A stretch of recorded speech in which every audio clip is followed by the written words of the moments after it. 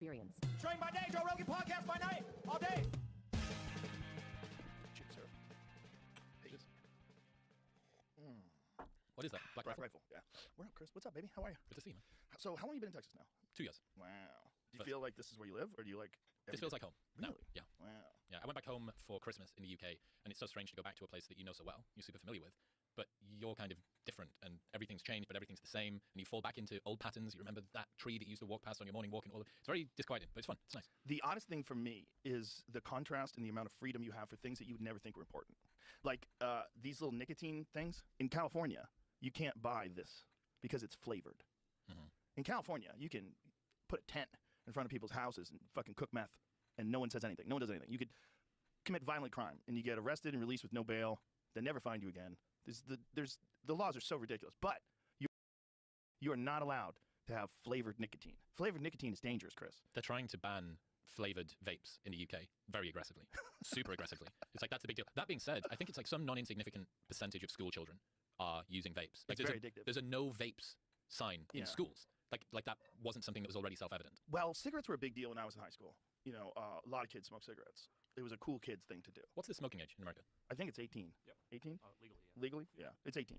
But when I was a kid, people got cigarettes. Someone got you cigarettes. I don't know. When I was young, I remember before I turned 18, they changed the legal drinking age. Because the legal drinking age, I believe, used to be 18. And then they bumped it up to 21. I was like, damn it. Dude, have you ever seen the video of when DUIs came in the 1980s and they're interviewing people in cars? Yeah. That is one of my favorite videos of all time. Please, Jamie, let me watch that video again. Yeah, the lady's like, we're going to bring in communism. Don't know what the world's coming to. Man can't and work she's got all a day. kid. Yeah. She's got a baby in Yeah. the passenger seat. No seatbelt. Oh my god. And even if you did have a seatbelt, there's no airbags. Those things are death traps. It's one of my favorite videos. There's this weird, something I've noticed since being in America, your guys' relationship with drink driving is a little bit more lax than it is in Really? the UK. Yeah, the number Not in Texas. If you have any alcohol in your system at all, they'll arrest you. Like if you get pulled over and they said, "Have you had anything to drink?" and you say, "Yes, I've had one drink," you're getting Dude, arrested. I fucking...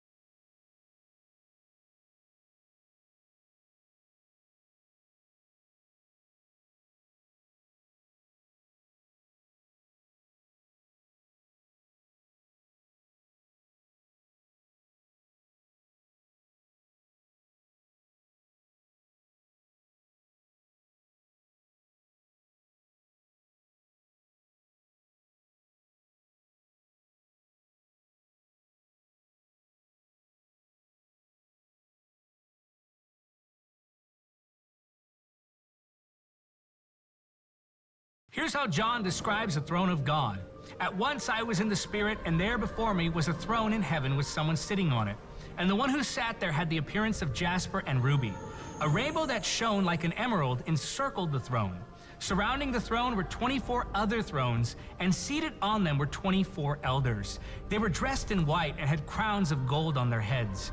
From the throne came flashes of lightning, rumblings, and peals of thunder. In front of the throne, 7 lamps were blazing. These are the 7 spirits of God. Also, in front of the throne, there was what looked like a sea of glass, clear as crystal. In the center around the throne were 4 living creatures. Day and night, they never stopped saying, Holy, holy, holy is the Lord God Almighty, who was and is to come. Our God is worthy of worship. Here's how John describes the Give me chills, man.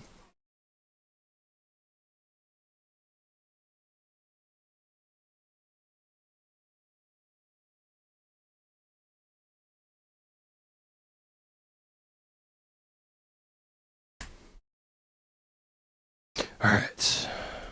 I fucking love this video. Strict drinking and driving here is viewed by some as downright undemocratic. It's kind of getting common when a fella can't put in a hard day's work, put in 11, 12 hours a day, and then get in your truck and at least drink 1 or 2 beers. They're making laws. Look at the can't baby. drink when you want to. You have to wear a seatbelt when you're driving. Yeah, she's wearing a seatbelt. It looks like the baby. The baby is more protected than I thought it was. It had that thing in front of it, Yeah. a little cushion in front of it. So it seems like she was like a little bit more. The funniest thing about that See is that thing? their issue is it's not with not being allowed to drink then drive. Theirs is one worse. It's drink and drive. You mean at I the same can't time. drink and yeah, exactly. Constantly.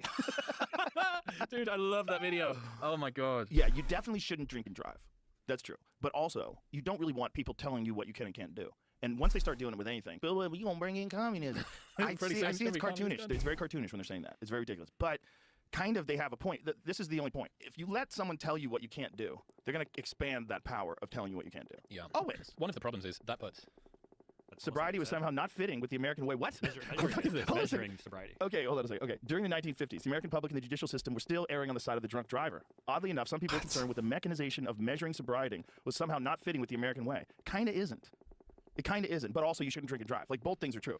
We should, like, teach people that you should never fucking do that. I went to high school with a kid, and he was a good guy. I knew him from the time I was, like, 14.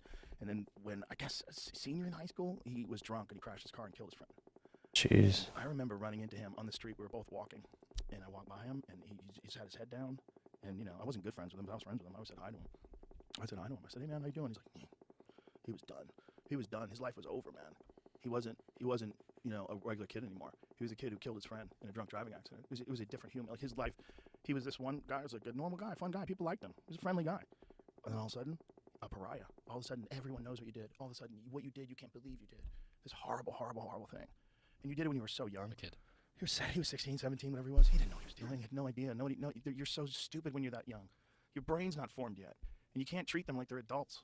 You just can't. They're not adults. You know, you're talking about a 16-year-old kid, a 15-year-old kid. Like, fuck, when they're doing things, they don't even know what's real. I mean, and it's all completely dependent upon how they were raised. Like, you could get really lucky to have solid parents and really have, like, a good understanding of how to behave in the world. Or you could get fucked, and you got some dad who beats the shit out of you, and he's always on meth, and your mother's a fucking liar, and she steals money, and she sells people stuff. You know, that could be your reality, too. And to expect a person like that to behave exactly the way you do with your nice life is crazy. It's crazy. And it's one of the weirder things that we do. And instead of looking at the origins of what are the origins of horrible behavior, it's all terrible childhoods. It's almost all terrible childhoods. Instead of looking at that, all we look at is a crime. It's very strange. It's a weird thing. It's like to know logically that you just have to take a few extra steps and you say, well, what's the root of this problem? And how do we address that? How do we make it better? We have so much money for other things. We don't have any money for that? That seems like one of the most fundamental problems any country would face is the amount of people that grow up that become violent criminals because they were fucked from the time they were young. They had no shot at life. Their whole childhood was just violence and chaos. And that's not an insignificant number of people in this country. And yet, any foreign conflict has to be addressed with the utmost urgency. When the things that are paramount to our daily existence right here, what our tax dollars pay for right here, are just completely ignored. True, bro. Completely ignored. True. Never discussed. They'll talk Preach about it. Climate change. Climate change. Let me tell you something. If you live in the south side of Chicago and you get shot, climate change doesn't mean jack shit to you. Okay? we should address what the fuck is going on right now, not climate change. Do you know what the ideas of luxury beliefs are? You heard of this? No. So it's been repopularized by my friend Rob Henderson. So luxury beliefs are ideas held by the upper classes that confer status on them, but often cause costs for the lower class. So the seminal example of this is defund the police. Yeah. I walked past a house in Austin, not far from where I live, that has a defund the police flag in the garden out front and a private security sticker in the front window. It's so stupid. It's such a virtue. You know, do you know Will Storr? Of course, he's been on my show. I went for breakfast with him yesterday. He's great. And He's fantastic. Of course you don't. Will Storr, who wrote that book, The Status Game, was explaining all this and what people are doing, what they're actually doing. He's outstanding. So good. There's He relates it to so many behavior patterns in life. It's just like, oh my God, this all makes sense. he's a legend of storytelling. He's one of the best writers in the UK. There is no such thing as a one-time magic pill or potion that is going to keep you healthy. You got to keep the right habits every day, and one of those habits for me is AG1. It's been a staple for years. I love this stuff, and for over a decade, I wish I AG1 could has afford been that taking shit, a man. scientific and So research-driven expensive. approach to creating a single powder that can replace your entire supplement cabinet. AG1 is a foundational nutritional supplement that supports your body's universal needs like gut optimization, stress management, and immune support all in one. AG1 makes it so easy. If you have some complicated set of pills and tinctures and things you have to take, you're going to forget, or you're just going to get annoyed. AG1 packs so much of that into just one little morning ritual. If there's one product I had to recommend to elevate your health, it's AG1, and that's why I've partnered with them for so long. Try AG1 and get a free 1-year supply of vitamin D3, K2, and 5 free AG1. This episode is brought to you by... In the UK. And yeah, there's this really interesting example of my friend Mary Harrington talks about how the death of chivalry has caused an increase in domestic violence. So it's very interesting. So this is a good example of this luxury beliefs thing. So yes, during the 1960s and 70s, if you were an upper-class lady and the guys that you were dating were from households that had 2 parents that had taught them how you're supposed to treat people and they weren't mistreated and all the rest of it, they grew up like a well-balanced person. To them, it might seem a little bit patronizing for the guy to hold the door for you, right, or to pull the chair out, or to make sure that you get home okay. Yeah. Because you live an existence in which the danger of that not happening, not going appropriately, isn't that great. Now, what wasn't understood by a lot of the upper-class feminists that were talking about this derogation of chivalry that they wanted was that that doesn't necessarily work for the working class or the underclass woman who is dating a man whose father beat him, or stepfather beat him, or didn't have a father, or was homeless, or addicted to drugs, or in violent crime. And she thinks it's a direct line, a single spectrum from you should hold the door open for women to you shouldn't beat your wife. And I think that it's true. Women should be seen as something that requires additional protection, that are precious and should be respected. If you derogate the stuff up here, sure, maybe it means that you liberate some of the upper-class women to be able to go and do whatever they want. But what does this cause downstream when you don't have those guardrails in place for the men that the lower-class women are dating? Yeah, well, just all men, period. And it should be, and here's the thing, that this is how it's looked upon in the martial arts world. If I know that I can fuck you up, and I fuck you up, I'm probably a bad person. It's never good that a guy who is like some trained killer goes after some regular guy, picks a fight with him and fucks him up. It's never thought of as good. It's always negative, like almost entirely negative. Like the entire fan base will recognize that terrible behavior. So if you're a man and you have someone who is your wife and she's smaller than you and female, you have the craziest advantage physically. It's the most awful tyranny physically if violence is involved. If you decide that you're going to start swinging and teaching people lessons and then lying to police about how someone got hurt and, oh, she fell down the stairs.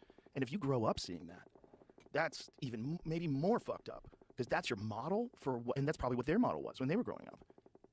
But it's, as men, we have to look at that as the weakest of most disgusting behaviors. Yep. Including beating up on people that are weak. Well, that's the reason for the male monkey dance, as it's called. The reason for that is that it's rivalry between 2 potentially matched males, and we don't know who's going to win. Yeah. That's the reason for the conflict. If there's a huge disparity, what's the point for the conflict? You already know who's going to win, right? That's why beating up a 70-year-old guy or a 10-year-old boy isn't a big deal. But if you're a 21-year-old dude that's about this is exactly why you have...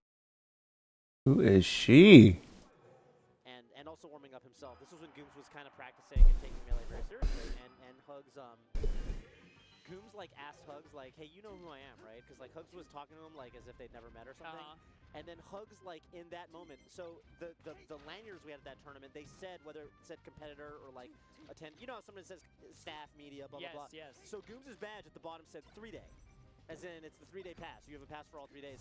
And Hugs looked at his pass and very confidently said, yeah, I know you. You're 3-day. I love that. And you know, it's better to just, if you don't know, it's better to not pretend. Is something that I learned in that moment because, Autograph. like, hey, you're 3-day. That's a super funny story, and also I've definitely thought that someone with 3-day, and it's just a great tag. It's a good tag. 3-day. Yeah, it's a good tag. It's like a, 4%, or it's one of those tags. Yeah. So okay. Yeah, Gooms is probably better known as a controller guru, but definitely GCC Gooms. GCC Gooms. There it is, right there. Gooms was also. It is very confusing. Many people don't know this. I'm going to probably tell you a lot of this for the first time. There are 2 different independent entities. That both work on controllers. One is named Gooms and one is named Goomy. Oh my. And they independently came up with their tags and they both independently got into the controller business. But no, Gooms is not the person that invented the Goom wave. However, Gooms works on a lot of Goom waves. It's very confusing. Like we've said, right? We are just in this infinite universe, and our job is to take this confusion and turn it into crystal clear clarity for you, which Toph has just done. Yeah. And I expect that everyone in chat and in the comments of this VOD are saying, thank you, Toph. I Appreciate you taking these confusing bits of reality and putting them in terms we can understand. I was even asking Gooms at one point. I was like, dude, like, Did do you guys people do this ever... on purpose? That Did you and Goomy sit down one day and decide to enter the controller trade? And Goomy a Samus player too, so yeah, they play very different characters. This is as tight as it gets, Toph. Anyway, It really is. No, I was just like, dude, do people ever ask you like, hey man, where's my Goom wave? Because you know, and he's like, yes, all the like every tournament. Bonfire almost has steam, but living. Ooh, nice tech there from Bonfire. Wow. Yeah, I'm really impressed with both players right now, which makes sense. It's a bit, honestly, it's kind of crazy. This is round 1 pools. These are 2 known players that are both like power rank. Bonfire literally won a local last week. And, you know, there was a period where Gooms was, I don't know how much Gooms been playing like lately, but I mean, looks sharp, certainly. Yeah. And, is like a, you know, ranked level threat in SoCal, one of the best regions. So this is, wow, Wave Shine out of shield. Ridiculous. Ooh, back throw. Up smash. I learned TIL, that's a combo. And ELI5, how exactly that works. You know what I'm saying? No, I'm trying to piece it together right now. You know, I love ELI5. Explain like I'm 5. Ooh. I just love I can ask them like, dude, can you just break this down for me like I'm a literal baby? But you never say it in that acronym, right? Only This is the very first time rarely. you've done it. Yeah, pretty much never, but I like that the concept exists. Me too. Now that's what we're saying it. That's our job, the ELTF, TF, and T5. Explain it like they're 5. That's right. Ooh, that grab is big just grab! Oh, goes for the read! But... Oh, but wait a minute. That's a huge up air. Oh, but the best move in the game, get up attack, stifles Bonfire's ambitions. That's right. Bonfire playing the Mewtwo King playstyle right now, hanging out by the ledge. We know what that means. Is Goom is going to give it to her. See how oh, my that's goodness. a huge knockdown! Oh, commits with the... No, they're both committing so hard! Oh, big get-up attack. Gets baited. Bonfire has clawed her way all the way back into the realm of possibility. This is as close as they come. Nice slide off. Big hit. Oh, dude. Baited. Oh, but Crowd cancel. crouches the up smash. Reads the roll, but doesn't quite. Shinsuke would have grabbed it. They're locked in, Toph. These players are both locked in. But wait a minute, a roll? No way. Gooms is going to... All right. Pretty sick. That's classic. Taken for a ride. Wow. Bonfire with a big breath in You and out. know, I gotta say, I think Gotta move that Gooms oxygen. might have dropped the ball a little bit. This is exactly why you have weight classes, right? It's to create this degree of intrigue and fairness in the rivalry. 100%. 100%. Yeah, if a heavyweight beat up on a bantamweight, everyone would be furious. But that's what like a lot of men are and a lot of women are. It's crazy. If that happened in the male martial arts world, people would be furious. It's just fucking, it's horrible. It's weird that it's always been a part of like cinema. There's always been scenes like James Cagney smacks a girl in the face. And there was one, God, I wish I could remember the movie. It was so crazy. But it was like a 1950s movie and the dad was spanking the wife, spanking her, like had her over his knee. And the young girl was saying that that's how he shows mommy that he loves her. God, you remember that movie, Jamie? I know we played it. It was insane. It was like this insane scene from a movie where you're like, what? What the fuck am I watching? But it's a time capsule into this evolving understanding of how human beings interact with each other. That's what it is. And it's a time capsule from less than 100 years ago. What was that super famous? Shirley Temple on it. Yes, it's Shirley Temple.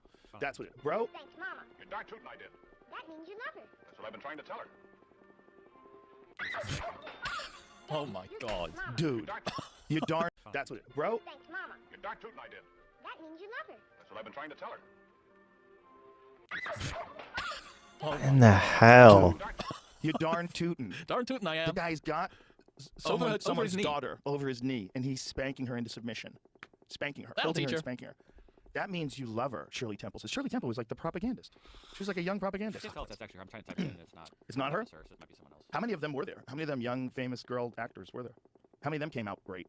0? It's a mixed bag. Britney Spears is a work in progress. I do not think children should be developing in front of the world. I think that's an insane amount of pressure. I think becoming famous in front of the world is an insane amount of pressure. Becoming a child and as you're growing up, you're in front of the world. That's not manageable. Like no one's designed like that. You're gonna blow the hardware. I had this idea about, we always hear the problems of child stars. Macaulay Culkin, Britney Spears, too much fame too young. And I don't disagree that thinking about, oh my God, this person's basically never known the world without adoration and attention and focus and scrutiny and all that stuff. Right. But there's a really interesting question about what happens if you're a, let's say, for example, Canadian psychologist who's been working away in the dusty annals of some university for a while. And out of nowhere, you get thrust into the limelight, and then this bald MMA commentator plucks you out of obscurity, and now you're one of the most talked about people on the planet. Yeah. The interesting thing here is, as the child, yes, you didn't know what the world was like before. I understand that can be disquieting. But what about when you had a sense of self? Right. What about when you thought you knew who you were and your place in the world and your place in the status hierarchy, as Will would say? Yeah. What about that? And then you just get ripped from your moorings and you're just out in space and the ISS is going past you and You're certainly going to make some mistakes. There's no way around it. You've never managed those waters before. If you just get in a raft for the first time and you're going down white waters to navigate, you're probably going to fall in. Like, you're probably not good at this. If the acceleration is quick as well. Yeah, if you're in a kayak and you're hitting rocks, you're probably going to fall in. You don't know what the fuck you're doing. But once you figure out what you're doing, then you can kind of achieve some sort of level of balance. But for him, I think a lot of it was exacerbated by the benzodiazepine thing. So he was taking anti-anxiety medication. He didn't understand when it was prescribed to him how addictive it was and what the consequences were of getting off of it. And he talks about it a lot, and I think he was sick for over a year. I'm pretty sure that there's a number of psychiatrists that are hesitant about prescribing that for more than a couple of days. And Jordan was on it for months and months and months. It seems like even for a couple of days, you're just kissing death. Yeah. I just want to kiss you death. Have you seen the Instagram account Mug Shorties? No. Oh, what is it? My God. This is one of the greatest things on the internet. I can't believe I get to teach you about Mug Shorties. Come on, J-Mo, let's do this.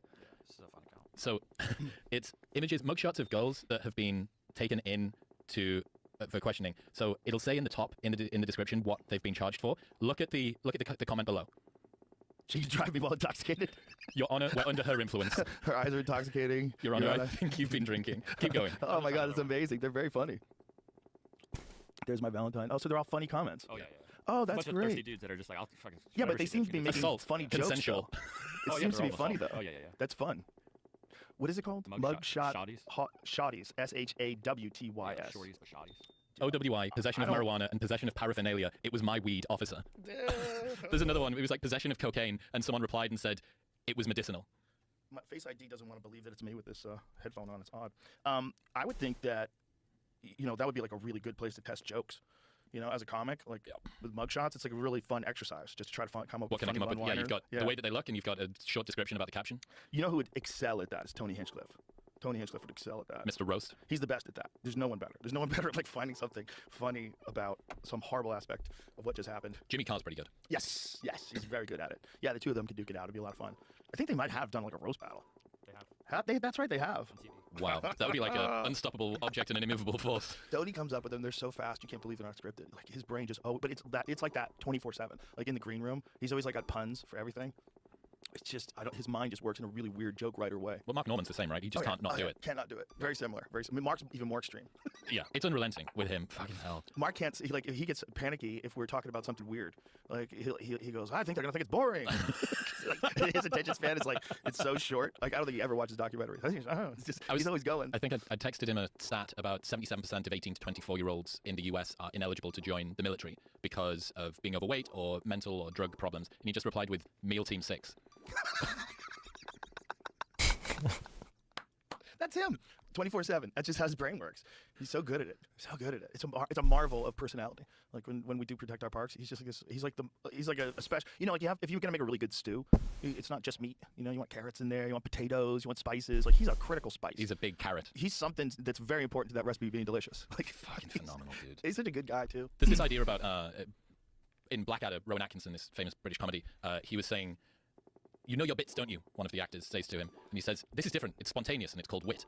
And I just always stuck in my mind that there's a difference between having prepared and well-constructed stuff in advance and then being able to, no matter what it is, whether it's insights, whether it's debate, whether it's argumentation, whether it's analysis, all of those things, the ability for someone to just turn it on like that. You have the verbal sparring aspect of it. Some people don't like that. And then there's some comics that aren't really good at that. They're not good at like dealing with audience members or anything like that. They're not good at answering questions. But they're good at like long takes on things where they sit alone in contemplation and go over some ironic aspect of a topic and then they write out really good material about it. It's still super valid. It's like there's no one that's better than the other, but there's different personalities that get like- attracted to the idea of It's like classical chess versus bullet. For some personalities, they're not like a conflict personality or yeah, well you're a this. They're not that guy or that girl. They're someone who gets some subject bothers them, whatever it is, climate change, whatever it is, and they just sit on it and they're like, what? And then they'll be alone, they'll be in front of the computer, they'll get a notebook out, they just sit on it for fucking days sometimes, bounce it around, back and forth, twist it around, start it from this way, start it from the back it up, go from the conclusion first, and then explain your conclusion in a hilarious way. See if it works better that way. And I moved up. You'll do that, and then that type of comic, like that mindset, can create great bits. They're great comics, but they just don't like to do on it. But that's okay too. It's like, you can't ask someone to change their personality, but Tony is like, he's a razor-tongued man. If you talk shit to Tony, he's gonna fuck you up. Dancing with death. Yeah, I mean, he's not physically imposing whatsoever, so it makes it even more brutal when he comes after you. The same as Michael Malice. Yes, exactly. Like, Michael once told me, he said, I couldn't get away with half of the shit that I say if I wasn't 5'7". Yeah, it helps. It helps. It helps to be, like someone who you can't hit because they're weaker than you. Yeah, but Tony walks that fucking line. Woo. Whitney was telling me before I did a little tour toward the back end of last year, which was pretty interesting, and I was saying, what should I expect? He says, expect to get a bit more boring as it goes on. It's like, what do you mean? He said, well, in order for art to imitate life, you have to live a life. And the problem is, if you're on the road, all you know are airports and hotels and dinners and shows. Yep. That's it. And she was saying that she was in a Hollywood scriptwriters meeting, and they were saying, it's a Saturday morning, where is she? And someone shouted from the back, she's at a baby shower. And he was like, who goes to a baby shower? All right, she's doing a wine tasting. She's like, no one goes to a wine tasting. And the room turned and apparently said, no, Whitney, you don't.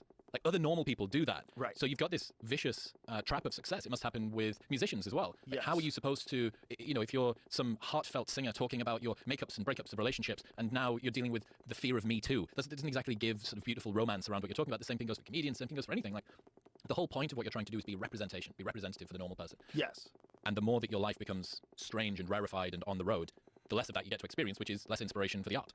Yeah, it's a matter of like, what are you doing when you're on the road? Are you on the road just to make money? Because then you just have to just treat it as a very fortunate job. And you definitely are not going to get the same kind of life experience. You're not. You're just not. You're going to be traveling all the time, and you're going to be staying in hotels, you're going to be doing gigs. Most of your time you'll be thinking about doing the material that you prepared and getting your set together. But you could still take stuff in if you choose to. You can go to cities and check out museums. You can go to cities and, go on a tour of the town. You just have to be proactive. And you could watch documentaries. Like, I like to watch documentaries on the road. I try to educate myself more on the road than watching something just entertaining. So, like, I'm on the road. I'm supposed to be doing stand-up. I'm awake. Let me watch something on Nepal. You know what I mean? Like, let me get interested in something. Like, let me get my mind stimulated with something other than just performing and traveling. Yeah. But you have to choose to. It's like you have to choose to go to the gym. Like when everyone's like, how's the jet lag? I go, you just got to kill it. It's just like a thing you have to do. It's like jumping in the cold water. Like, it sucks, but if you do it, you'll feel better. You got to go right to the gym. Like, the moment you land, plane lands, check in your hotel, gym, right away. No ifs, ands, or buts. Go to the fucking gym. Or do a hotel workout. You could do a great body weight workout. You could do a yoga routine. Staying in hotels with gyms is the easiest hack nice for that. Oh, it's so nice. If you go to a hotel and they have kettlebells, like, oh my God, this is amazing. Game over. Yeah, this is amazing. And so you just get a nice workout in, really fucking exert your body, get that sweat going, get your heart rate up, and you'll settle in. All that jet lag shit, it's nonsense. It all goes away. Even when you travel. When I go to overseas, it's like, just fucking work out one day really hard. And then it seems like Pretty much everything resets everything. resets everything. It's like a threshold. You want to like really sweat, like really get something, like push it a little bit. So you're like, all right, now we're back. Just whoop. Normality. Yeah, total normality. And then also, you got to make sure you're hydrated. That plane travel is just a brutal thing in your body. You're probably getting radioactive waves at an unhealthy level, like those stewardesses. I'd love to see a study looking at what's happening to their telomeres, what's happening to their DNA. Of pilots and stewardesses and stuff. Is there anything like that? I have no idea. I'd love to know it though. There must be. Someone must have done a longevity study on that. You got to think when they first started doing that, like for all of human history, they didn't fly people in the air, and then they first started doing that. They had no idea. What if it made them psychic? What if like all that radiation? What if it was like a comic book type deal? Like instead of you get cancer, you get some crazy new power. Like in the comic books, everybody gets power. Nobody gets power in the real world. They all come back down and they're green or they're invisible. Or they see things. Yeah. They can see things. They can turn you gay. Oh, Jesus. I think our government's trying that one. I think they could do basically whatever they want. They could see through walls. We can come up with all kinds of superpowers that they would get. But the idea is, like, we really didn't know what radiation did for you. That's what those terrible injuries that those women got that were using loom, the radioactive loom. What is that shit called again, Jamie? Radium. Yeah, the radium to make girls. the watch faces light up. So horrible. And they were having babies as well. They were pregnant and their kids had problems. They had holes in their faces. Their faces rotted off. It was horrible. I'm pretty sure, didn't Marie Curie also have some problem like that as well? I mean, like everybody that did research around radioactive substances, early 1900s, just got fully fucked. Have you seen the hands of the ladies who used to test the X-ray machines? No. Oh, it's a horrible injury, man. Because back in the day, before they knew that X-rays were dangerous, they had to make sure the X-ray machine worked in the office. So these ladies would put their hand in every day. Oh, before the patient came in? This episode is brought to you by Black Rifle Coffee. Black Rifle Coffee is the only coffee that I drink. It's the only coffee we serve in the studio. It's the only coffee I have at my house. If I have to drink other coffee, I will do it. But I drink Black Rifle Coffee. I am excited to say that Black Rifle Coffee is finally partnering with the UFC. If you haven't tried this coffee yet, you should. Head to their website and use the code Joe to get 30% off your purchase. I'm a huge fan of this coffee and the people behind it. Some of them are my very good friends. Evan Hafer's a very good friend of mine. They're veteran-founded and veteran-run, and every purchase you make through Black Rifle Coffee helps in their mission to support veteran and first responder causes. I'm talking everything from getting them funding and equipment to helping veterans fight cancer. They do a lot to give back to those who serve our nation, and it's so awesome to see them partnering with the UFC in a year that's so stacked with insane fight cards. But it's not just their mission that makes them so great. Black Rifle Coffee also has some fucking fantastic coffee. They source exotic roasts from all over the world. This episode is brought to you by ShipStation. Listen, these days, This episode is brought to you by ZipRecruiter. You want to succeed? Amen. So they're getting a dose of one hand, dose of every day. And presumably, was So it you always look- the same hand? You look at the hand. It's fucking gross, man. It's just their hands got cancer. They just got hand cancer. Their hands are all shriveled the up and hand. fucked up. Yeah. Oh. That's an illustration of one, but there's photographs of one. That one up above, the top row, the middle and the top. That's the one. Look at that dude. That's a lady who got too many X-rays. Just cooked her hand. This hand showing damage from radiation exposure back in the 1900s. See, they didn't know. That's what I'm saying. Like, they really didn't know what was going to happen. Oh, yeah. Yeah, they would test that motherfucker. Look at that dude's hand. Cooked. So you Cooked. just test the hand. See ya. So this is the 1900s? Wow. No, 1865 to 1904 is when Worked with Thomas this guy Edison. lived. A glass blower. Wow. Oh, he would test X-ray tubes he made on his own hands and died after developing aggressive cancer. Aggressive He had cancer. both is of his a scary arms word. amputated in an unsuccessful attempt to save his Oh life. my God. Shortly after his death, Thomas Edison abandoned his research on X-rays. Shortly after. Dude, I got to teach you about this. The other guy's fucked too. Everyone's Yeah. wrecked. Yeah, what happened to that guy? Jesus Christ. He was saved by the beard. I've got a new man crush that I need to teach you about. Uh-oh. And he died 60 years ago, so Oh. it's okay. I'm sorry. So, Jamie, I think this guy might have the best top paragraph Wikipedia description in history. Can you just Google the unkillable soldier, and you'll see a Wikipedia entry at the top. Is this a real human? Real human. When did he live? 1880 until about 1960 or so. So he went through. Ooh, he's Sisu. No? So Adrian Carton. So Adrian. No, in the beginning of the movie, that's the legend.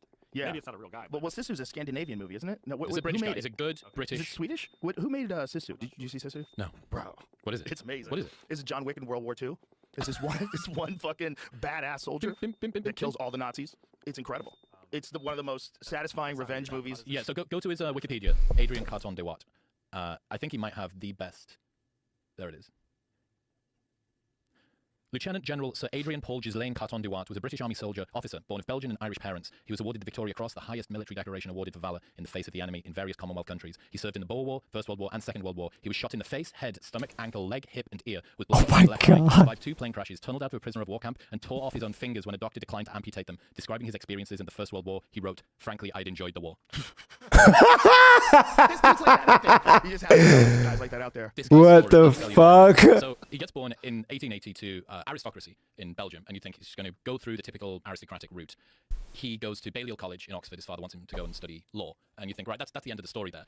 At 19, he decides that he wants to go and see war, sneaks away without telling his father, and literally offers himself to either the Boers or the British. The British take him. So Holy shit. he was like, I just want to be in war. Holy shit. His father doesn't know. So he's away in war. He gets shot in the leg and the groin, gets shipped back home. His father says, "What? You were supposed to be in university, you've now been shot." He's okay, well, I'll bless this new military campaign you want to go on. He says, "I want to be redeployed." Gets redeployed again to South Africa. He was at the head of the Camel Corps, which was literally a group of people who rode into battle on camelback. So he gets shot in the ear, and then in the eye, and then a bullet ricochets and hits him in the same eye again while he's leading these guys into battle. He gets sent back home. The British military say he wants to go out on the First World War. He wants to go to the front lines of the First World War now. But they said, we can't send a guy with one eye out there because it's going to look like we've got really weak soldiers. So they give him a glass eye. So the only way you can go back out is if you wear this glass eye. And he says, oh, okay. In the taxi, leaving the hospital, takes it out, throws it out of the window, and starts wearing an eye patch. The first battle that he's in, when he rejoins the army in World War I, a piece of shrapnel explodes his hand, and all that's left are 2 fingers hanging on by the skin of the palm of his hand, and his watch actually embeds itself in his arm too. So this is the first thing that he's encountered again. Goes to the field hospital. The doctor declines to amputate the fingers, so he just rips them off in front of him because he's in so much pain. The arm then has to be amputated. So he says to the guys again, I want to be redeployed. They're like, you are now a one-eyed amputee. I want to be deployed. Battle of the Somme, his next battle that he goes into. There's reports from other soldiers seeing Carton de Watt running into battle, pulling the pins out of grenades with his teeth, throwing them at the enemy, and reloading a revolver with one hand. Oh my So this guy is a single-armed killer. During that, he gets shot through the back of the head. Through the head. Doesn't die. In subsequent battles, he got promoted for 24 hours before he threatened to punch his superior and then got demoted again. So he's just like this totally wild dude. Anyway, he goes through this series of different difficult military exposés. He takes over 3 squadrons who don't have a commanding officer. None of them have any communication. So he, this one-armed, one-eyed guy, decides to run back and forth between the 3 different companies communicating his own orders. Rather than using a messenger, he just does it himself. That was what he got the Victoria Cross for, which is our equivalent of the Medal of Honor. During this time, he shot a bunch more. You think, right, okay, this guy's just led the most insane campaign through the Boer War and the First World War. Time for him to retire. Wrong. 60 years old, in 1940, he gets conscripted and drawn back up to help run secret missions. So his first mission, one of his first missions, he gets shot down in a fjord going toward Romania. There's a German plane that shot his plane down, circling overhead. Rather than get into the dinghy, because it would be an easy target, this one-armed, one-eyed guy and all the rest of the crew just bob under the water until this German fighter plane runs out of ammunition. Oh my God. Picked up. Second time he goes in a plane, this plane crash lands, and he swims to shore carrying a injured comrade who survives, one arm, but swims carrying this other dude, gets captured by the Italians. He's then part of 5 escape attempts and digs a 60-meter tunnel with one arm and a bunch of other dudes. Then he spends a full week hiding out in northern Italy, despite the fact that he's 62 years old, one-armed, one-eyed, can't speak Italian, and has covered in scars. Then he finally gets picked up and released. They said that the only thing that the Italians had left to do was to use him to enable an armistice. They wanted to no longer be a part of the war. They use Carton du Hart to be an envoy between the two nations. And they said, well, you've been a prisoner of war for 9 months. You don't look or smell the way that you should do. Why don't we give you a nice Italian tailor? And he rejected their offer to give him an Italian suit and said he would only wear one if they got it from Savile Row because, quote, he didn't want to look like a gigolo. This guy's a human badger. He's 31 medals, shot nearly as many times, got used. He insulted Mao. He insulted Chairman Mao in China when he got used by Winston Churchill. There's photos of him stood behind Churchill, eye patch, just a fucking sleeve, and he's my new. Look at him. Look at him. Wow. One of the coolest people from history that no one knows about. What an animal. What an animal. Jesus. Why hasn't anybody done a movie on that guy's life? I don't know. There's another that doesn't even really have a particularly good book. He wrote a memoir called Happy Odyssey, which is like it's written by him as opposed to a bit more exciting. Alistair Urquhart, this guy called The Forgotten Highlander. This is probably one of my favorite books. I told Ryan Holiday about this and it fucking blew his mind. So this dude was 18 years old and got conscripted in World War II. He was Scottish regiment, gets sent to I think Singapore. Then Japan joined the war. The Japanese just invade fucking everywhere, take everything that they can, including him. So this guy is made to forced march for weeks with nothing, a loincloth, bloody feet being cut up by the surroundings. He has every tropical disease under the sun for 5 years straight. Dysentery and malaria and everything he can get, probably yellow fever and full works. He's part of the forced labor group that's made to build the bridge over the River Kwai, the famous movie. One of the prison guards tries to sexually assault him. So he kicks him in the nuts and runs away and hides. But there's not much, what are you going to do? Where are you going to run to? You can't survive without the meager amounts of rice that they're giving you. So they find him and lock him in an open tin box to bake in the sun. Jeez. 3 days, doesn't die. Like, right, okay, well, this guy's sufficiently resilient. We can probably use him. If he's this resilient to survive this, he'd probably be a good worker, so let's keep him and we'll do the rest of it. So they then pull him out. They need to transport all of these prisoners. So they put them on what they called a hell ship. And these hell ships were just huge tin boxes with no Swiss cross on the side, which is what you should have to say that you're transporting prisoners of war, so that it's not a military vehicle. And they would just toss tiny morsels of food down to 100 men that were in the hold of this ship. And it was baking hot in the midday sun as they're traveling over the water. And these guys still doesn't die. They're stood in their own feces. People are dying left and right, starting to decompose. So because they didn't put the Swiss cross on the side, a US military, I think it was a boat or a submarine, sent a torpedo at them.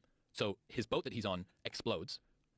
He then catches a piece of flotsam or jetsam or detritus, like a little bucket that he can sit in so that he can float around. Basically has a fight with another Japanese guy who's also doing the same thing, finally washes up on shore. He's free, briefly, but he's in Japanese territory. I can't remember what country he washes up on, maybe Singapore again. He then gets recaptured, put back to work again, and gets knocked off his feet by the bomb blast from Nagasaki. Oh He gets my hit by the bomb blast and God. knocked off his feet by it. Holy shit. 50 years, this guy doesn't talk about it at all, doesn't say a peep for 50 years by orders of the British government, and then finally writes this memoir as a call to arms to bring the Japanese to account for the atrocities. You know, we had the Nuremberg trials and stuff for the Germans, but there wasn't that similar kind of reckoning for the Japanese, and he thought this is unforgivable because of what he went through. For the rest of his life, he could only eat tiny amounts of rice. His stomach, his whole digestive system was ruined by starvation, just extended starvation for this 5-year period in very tiny morsels of food. So his stomach had adapted to that, and that was this guy, and he died in the early 2000s and then wrote this book, The Forgotten Highlander. Wow. I gotta get that. It's so fucking good, man. That's on the list now. Wow. Yeah, I read the Rape of Nanking years ago. What's it about? It's about Japan during the war, what they did in China. Just the atrocities they did with people's children, their babies in front of them, like the way they just torture people. So what people can justify doing in times of war is absolutely terrifying. And when you read about it, and you read about it from a time that's less than 100 years ago, it's so shocking. It's so shocking. Because when you think of the Japanese, when I think of Japanese, I think polite culture, warrior society, a long history of martial arts, amazing engineering, incredible automobiles. I think of all these like positive things. I don't think of like what happened during World War II. It's really terrifying. There was a documentary about it too.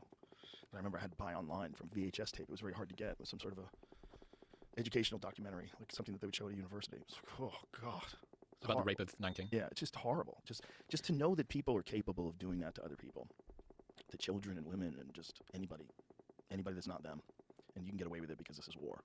There's been an awful lot of very atrocious things that have been justified by those people are different to us. Yeah. Let's do something to them. Any reason, whether those people vote Republican or those people don't believe in masks, or those people, they have a different belief. Those people don't believe in our one God. Those people, they're of the unclean faith. There's so many different ways people can look at someone as an other, and it's insane what we're capable of when we do that. Because people openly justify horrible things to people online. I see it all the time from Twitter. Justify horrible things to people because the people don't believe what they believe. And they'll attribute like the most nasty fucking descriptions of people just because they don't believe what they believe. It's like the least charitable view is highlighted the most. Just so, it's this thing that we have, this ability to other people. It's one of the worst aspects of human beings. I think more people are bound together over the mutual hatred of an out-group than the mutual love of an in-group. Yep. I think there's this really great psychological study that was done where they bring a big group of people into a lab and they toss a coin, and if it's heads, you're blue team, and if it's tails, you're red team. So toss a coin, and it's around about an even split, maybe 50-50 people. And they go over to the blue team and they say, so what do you think about the red team? Like, well, I mean, they're not as smart as us, are they? They're a bit like fucking stupid. You seen them over there? Like, then I mean, we're definitely see, you actually just saw the selection criteria. Selection criteria was heads or tails, 50-50, completely arbitrary. Yeah. Immediately, as soon as you give people the opportunity to find some tribal bias to lock onto. We're cowards too. That's part of it. There's a lot of strength in being a part of an aggressive group that believes one thing. That's why you see like a lot of people that have been sort of bullied their whole lives become the biggest bully. If they're on like some side of something that they think is like moving social progress in a certain direction, they get super hyper aggressive. It's like this is their chance. This is what I think most people don't understand about evil. The number of evil people in the world is probably quite low. What you have is people doing evil things for what they think are good ends. Mm-hmm. Almost all of the atrocities that we've seen throughout human history are people doing something they feel is righteous. Yeah. Because that's what would motivate them. It's very unadaptive for us to do something that we know is wrong. Right. The best way to get someone to be a part and go along with an atrocious act is to make them think that it's in service of good. Definitely. Yeah. Which is why we enjoy movies like John Wick and Sisu. Because like Retribution. Yeah, these people deserve it. Show them the trailer for Sisu. It's amazing. How old is this movie? It's not that old. 2 years? It was made during the pandemic, came out 2022, and there's maybe like 3 words said in the whole movie. Came out this 2020. There's all of the stats about the number of people that Keanu Reeves killed. Sorry, I can't. I will ask after this. Oh, that's so good. Oh, you can't show it. It's so good. He throws a mine and hits a dude in the head with it. It's so good. He's a John Wick pilled gun maxing killer. Look, I'm a giant John Wick fan, but it's John Wick times 2. Because it's Nazis. He's not just killing like dumb Russian hitmen. He's killing Nazis. They tried to steal his gold. It was made after The Unkillable Soldier. It said it was modeled after Rambo, basically. What? From First Blood. Rambo from First Blood was a good real-life military sniper named Simo Haya. Oh yeah, I heard about that dude. It's funny when you think about a movie like Rambo. Like Rambo it's a film that's it's another time capsule. It's indicative of a kind of a corny time. Yes. People are kind of corny. It's a bit cheesy. Movies are just like they're hard to. Things are so much more identified, like patterns of behavior. People are so much more sophisticated socially. I think about stuff. It's very difficult to get like a Rambo type movie made today. To make like some of those, like the First Blood ones. There was just some Chuck Norris movies. They're fun to watch, but they're so indicative of the time. What's this one? This is the trailer. Oh, the trailer. It's just a lot of talking. I thought it'd be more action. Don't worry about this little piece of disabled track. Don't move. I don't want you to get your own throat. John Rambo. Oh, dude, I miss this guy. One man. They push too far. We've talked about him a few times because the Gray Man, but they recently just said, Sly said that Ryan Gosling could be the only guy who would like vouch for Rambo. But to carry on the torch? Yeah, he might be too pretty to do it though or something. Look at this shit out of he's gonna jump in the water. This is basically the full movie. Yeah, this is a long trailer. Everyone's TikTok brain wouldn't allow a trailer this long anymore.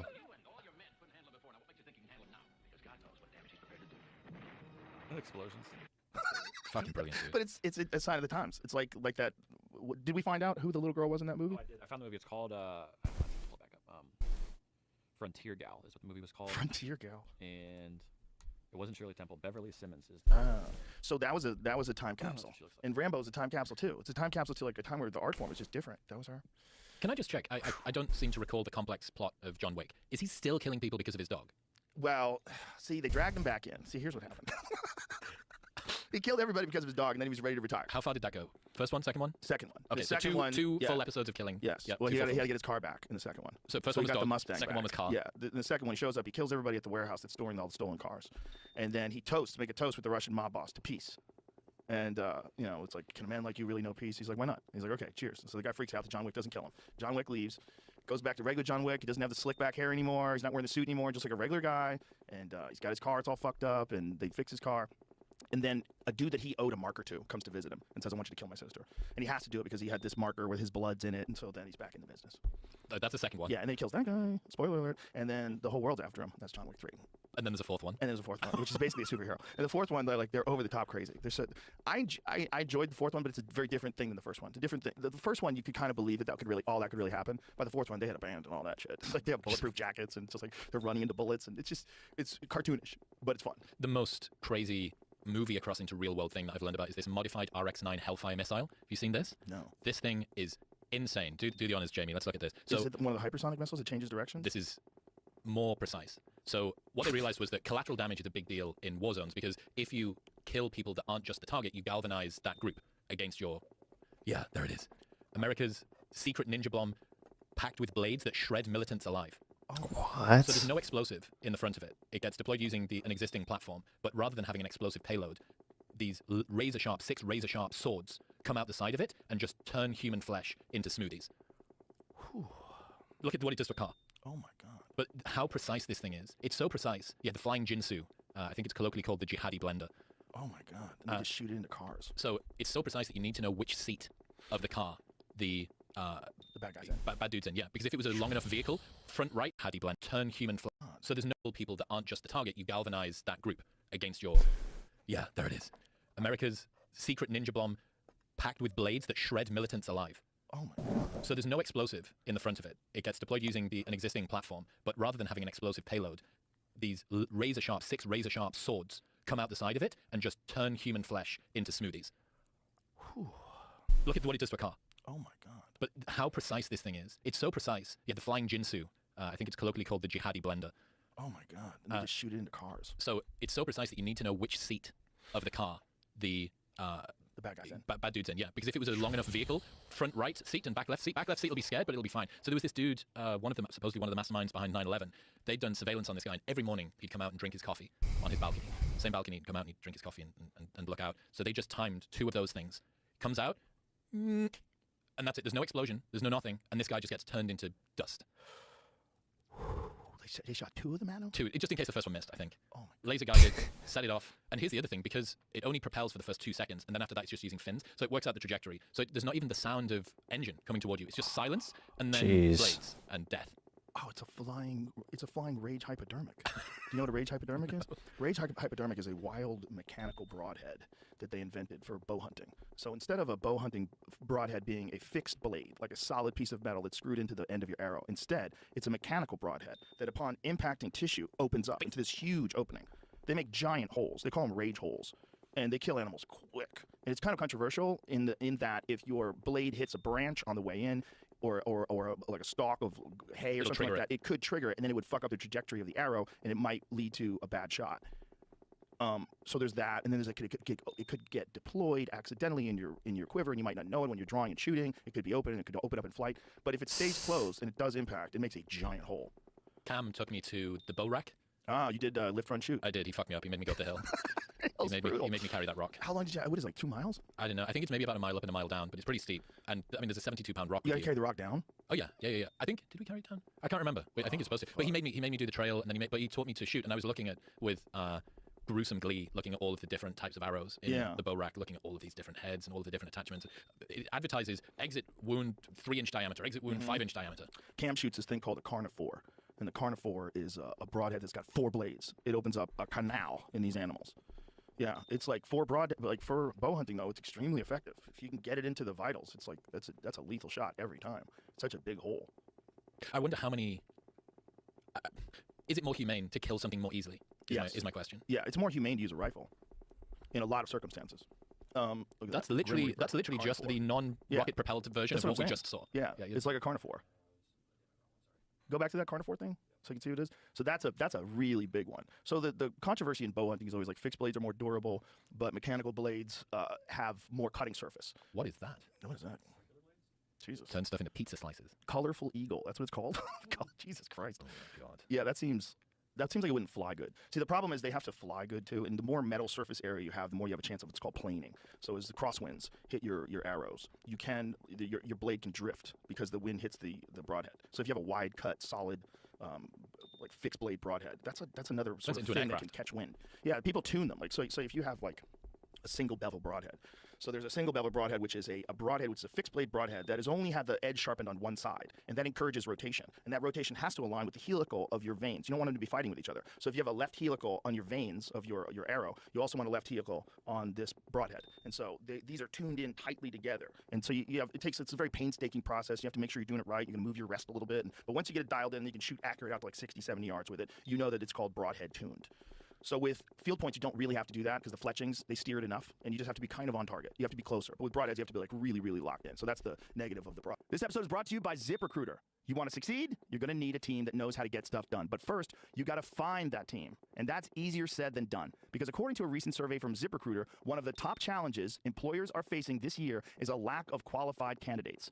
There's some good news, though. ZipRecruiter can help. They have the smart tools and features you need to find top talent fast. And you can try it for free right now at ZipRecruiter.com/Rogan. Here's how it works. You create a job, post it, then let ZipRecruiter do the rest. It's powerful matching technology. We'll find candidates with the right skills and experience. From there, you can pick your top choices and send them a personal invite to apply, to encourage them to apply sooner. Go conquer the biggest hiring challenge of the year with ZipRecruiter. See why 4 out of 5 employers who post on ZipRecruiter get a quality candidate within the first day. Just go to this exclusive web address right now to try ZipRecruiter for free. ZipRecruiter.com/Rogan. Again, that's ZipRecruiter.com/ROGAN. ZipRecruiter, the smartest way to hire. This episode is brought to you by ShipStation. Listen, the broadhead. They made me shoot through the paper to see where are you pulling accidentally, and then they adjust and tune. And dude, I loved it. I love seeing anyone that loves anything that much. Yeah. That degree of passion to me is, so me and my housemate Zach watch these videos of motocross, you know, the Housemate? pulling accidentally, and then they adjust and tune. And dude, I loved it. I love seeing anyone that loves anything that much. Yeah. That degree of passion to me is, so me and my housemate Zach watch these videos of motocross, you know, the Colin McRae, oh, is that rallycross? Sorry. And these dudes will go out to buttfuck nowhere, Scotland in November, and it's pissing down with rain, and they're in ponchos, and they do it to see, and then they turn to each other and go, ah! And they just lose their shit. And it's so, dude, it makes the hairs on my arm stand up. Jamie, see if you can find some of these videos. It's the most pure, loving audience of a thing, and just finding anyone, the same as Wayne Endicott at the bow rack, just the way that they play with the bow, and they know that if they add a tiny little bit of flame from a lighter to the sight, that it'll sort of cinch it in a different way, and it heats the sinew of the thread, and it heightens that. Seeing anyone that loves anything that much is just, there's something very like gentle and honest and peaceful and beautiful about that. And it is. Fires me up. I couldn't agree more. I love watching people make things and put things together, and I love watching people work on cars, do mechanical things. I love that shit. But the bow rack, one of the things that's interesting about archery is that even just if you're just interested in target archery, any kind of archery that you're interested in, unless you are shooting a traditional bow where there's no sights on it and you're just kind of like doing it by feel, and you learn how to aim depending upon how much your arrow weighs, you can get pretty accurate with those things, but not nearly as accurate as you can with a compound bow. And with a compound bow, it has to be fitted to your frame. You have to go to a place like the bow rack. And if you're lucky and you have a place like that, that's great, because like they're really good at it. But you might not be lucky, so you might have to travel hours to go to some place. People were. When we were there, I think it was maybe a Saturday morning, and we've driven 6 hours to come to this place. And you have to go to a good place too, because the first place I went to, my draw length, they had an inch longer than it should have been. The peep sight was weird. I had to like cock my head weird to look at the peep sight. And then I went to a good place and they fixed it right. And then I went, oh, this is an extension of my body now. It becomes, if you practice it enough, it never really becomes an extension of your body, but you do get so comfortable in that activity that it becomes a normal thing to you. So then that activity is all just about the fine details of breathing and thinking and shot execution in your head. And the goal is always, at least the way I do it, is always to make a surprise shot. I never want to get it to go off. I want to be in full draw. I want to have my pin on the target, and I want to just be concentrated on that arrow hitting the mark, and then I just go through this shot execution thing and it goes off. And when it goes off, the ultimate goal is just watch that arrow go exactly where you wanted it to go. And when I do that at like 74 yards, it is the most satisfying feeling in the world. Just targets. Just shooting at a foam target.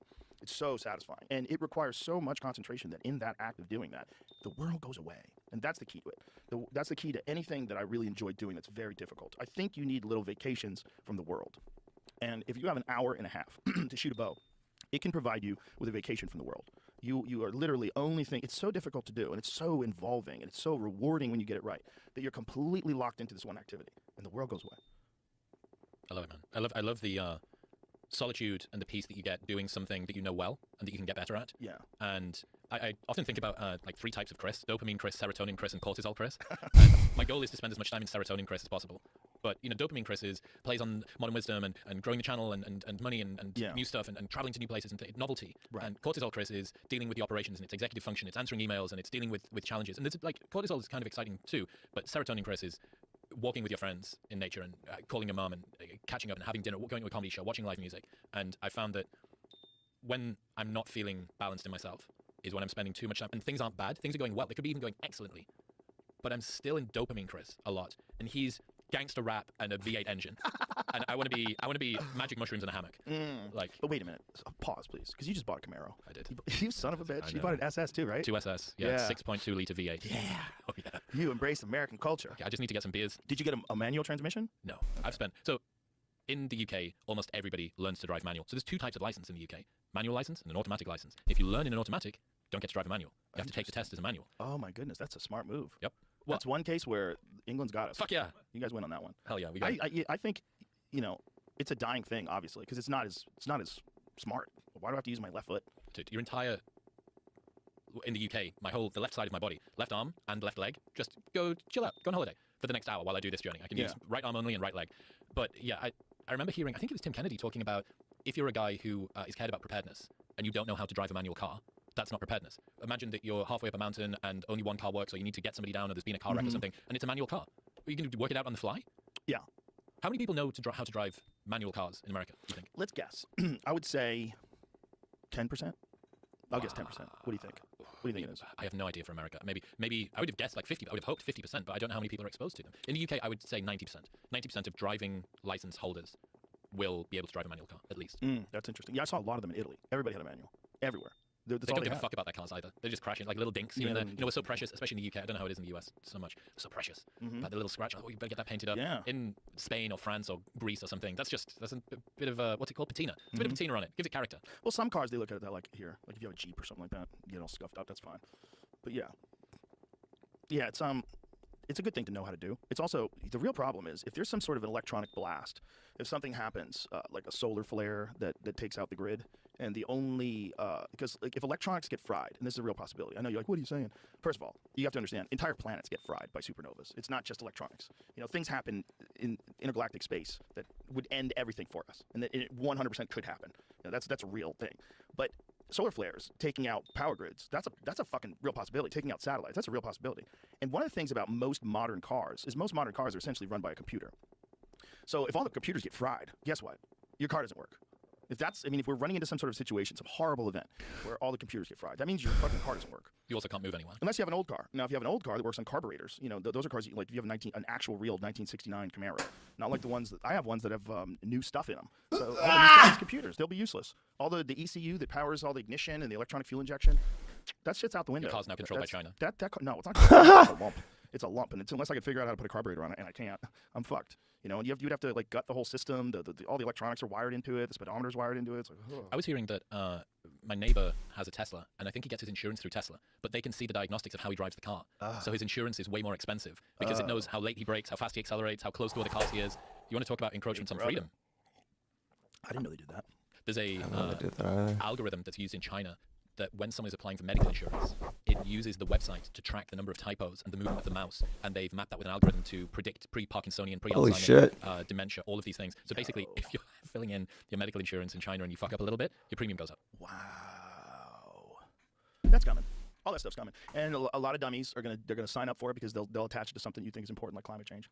And that's how they're gonna get you. 1/3 of Gen Z, because fucking Greta Thunberg again. 1/3 of Gen Z kids say that they would accept the installation of surveillance cameras inside the home to detect wrongdoing. 1/3, 30%. I wonder if they really believe that, or if they say that because they know it's not happening and they just want to say that they're a good person. It's a lot. Yeah, maybe. It's also, you're also a dumb young person that doesn't understand what you're giving up. Well, I think another potential reason for it might be you're part of a generation that has traded your Privacy. precisely Yeah, from well, the moment that you were born. You know what they do? Snapchat.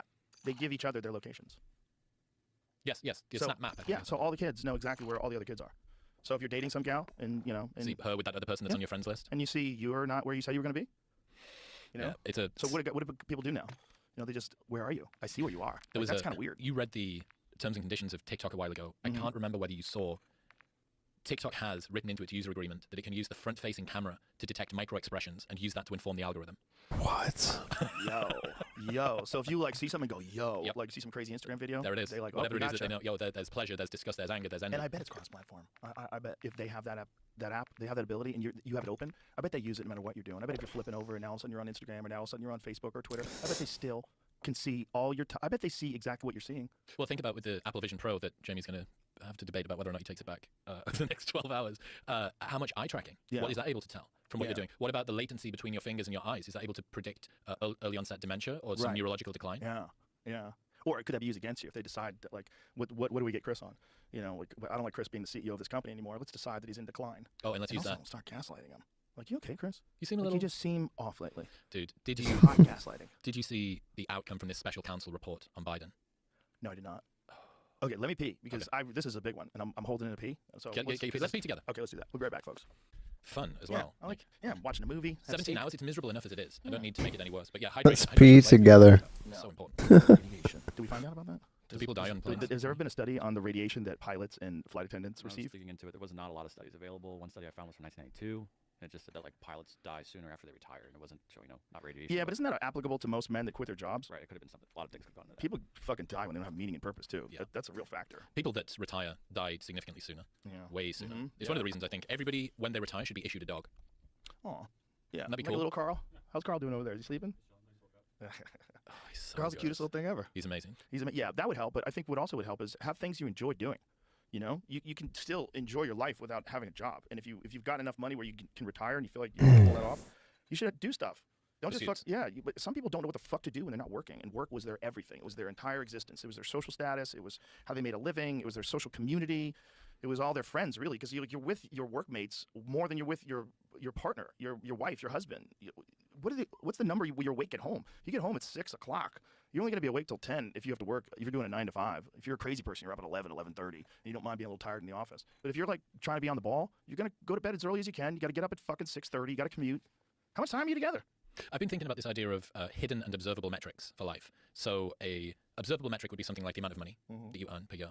It would be the value of the car that you drive, or the engine size of the car that you drive, or the value of your house. A hidden metric would be something like the quality of your relationship with your partner, the amount of time that you get to spend without tasks to do, the length of your commute, things like that. And it's my belief that a lot of people trade observable metrics for hidden metrics all the time. So someone will be offered, hey, Joe, we want to give you a raise. You've been doing really well at work, but this is going to come with more responsibility.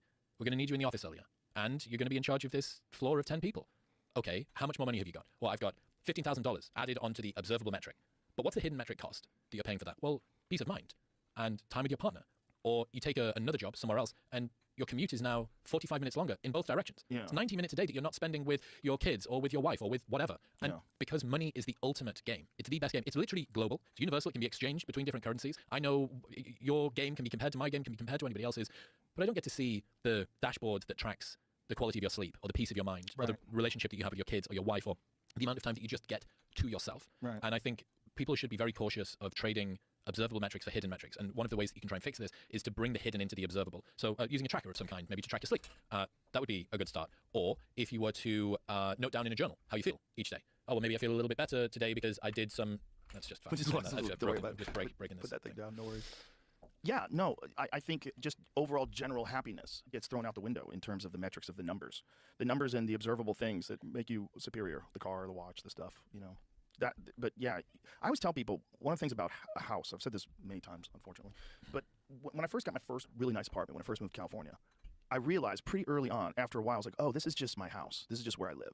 It feels just like the place that I had in New York that was a shithole. You know what I mean? It's just where you live. Because you adapt to it so quickly. Yeah, it's just where this is home.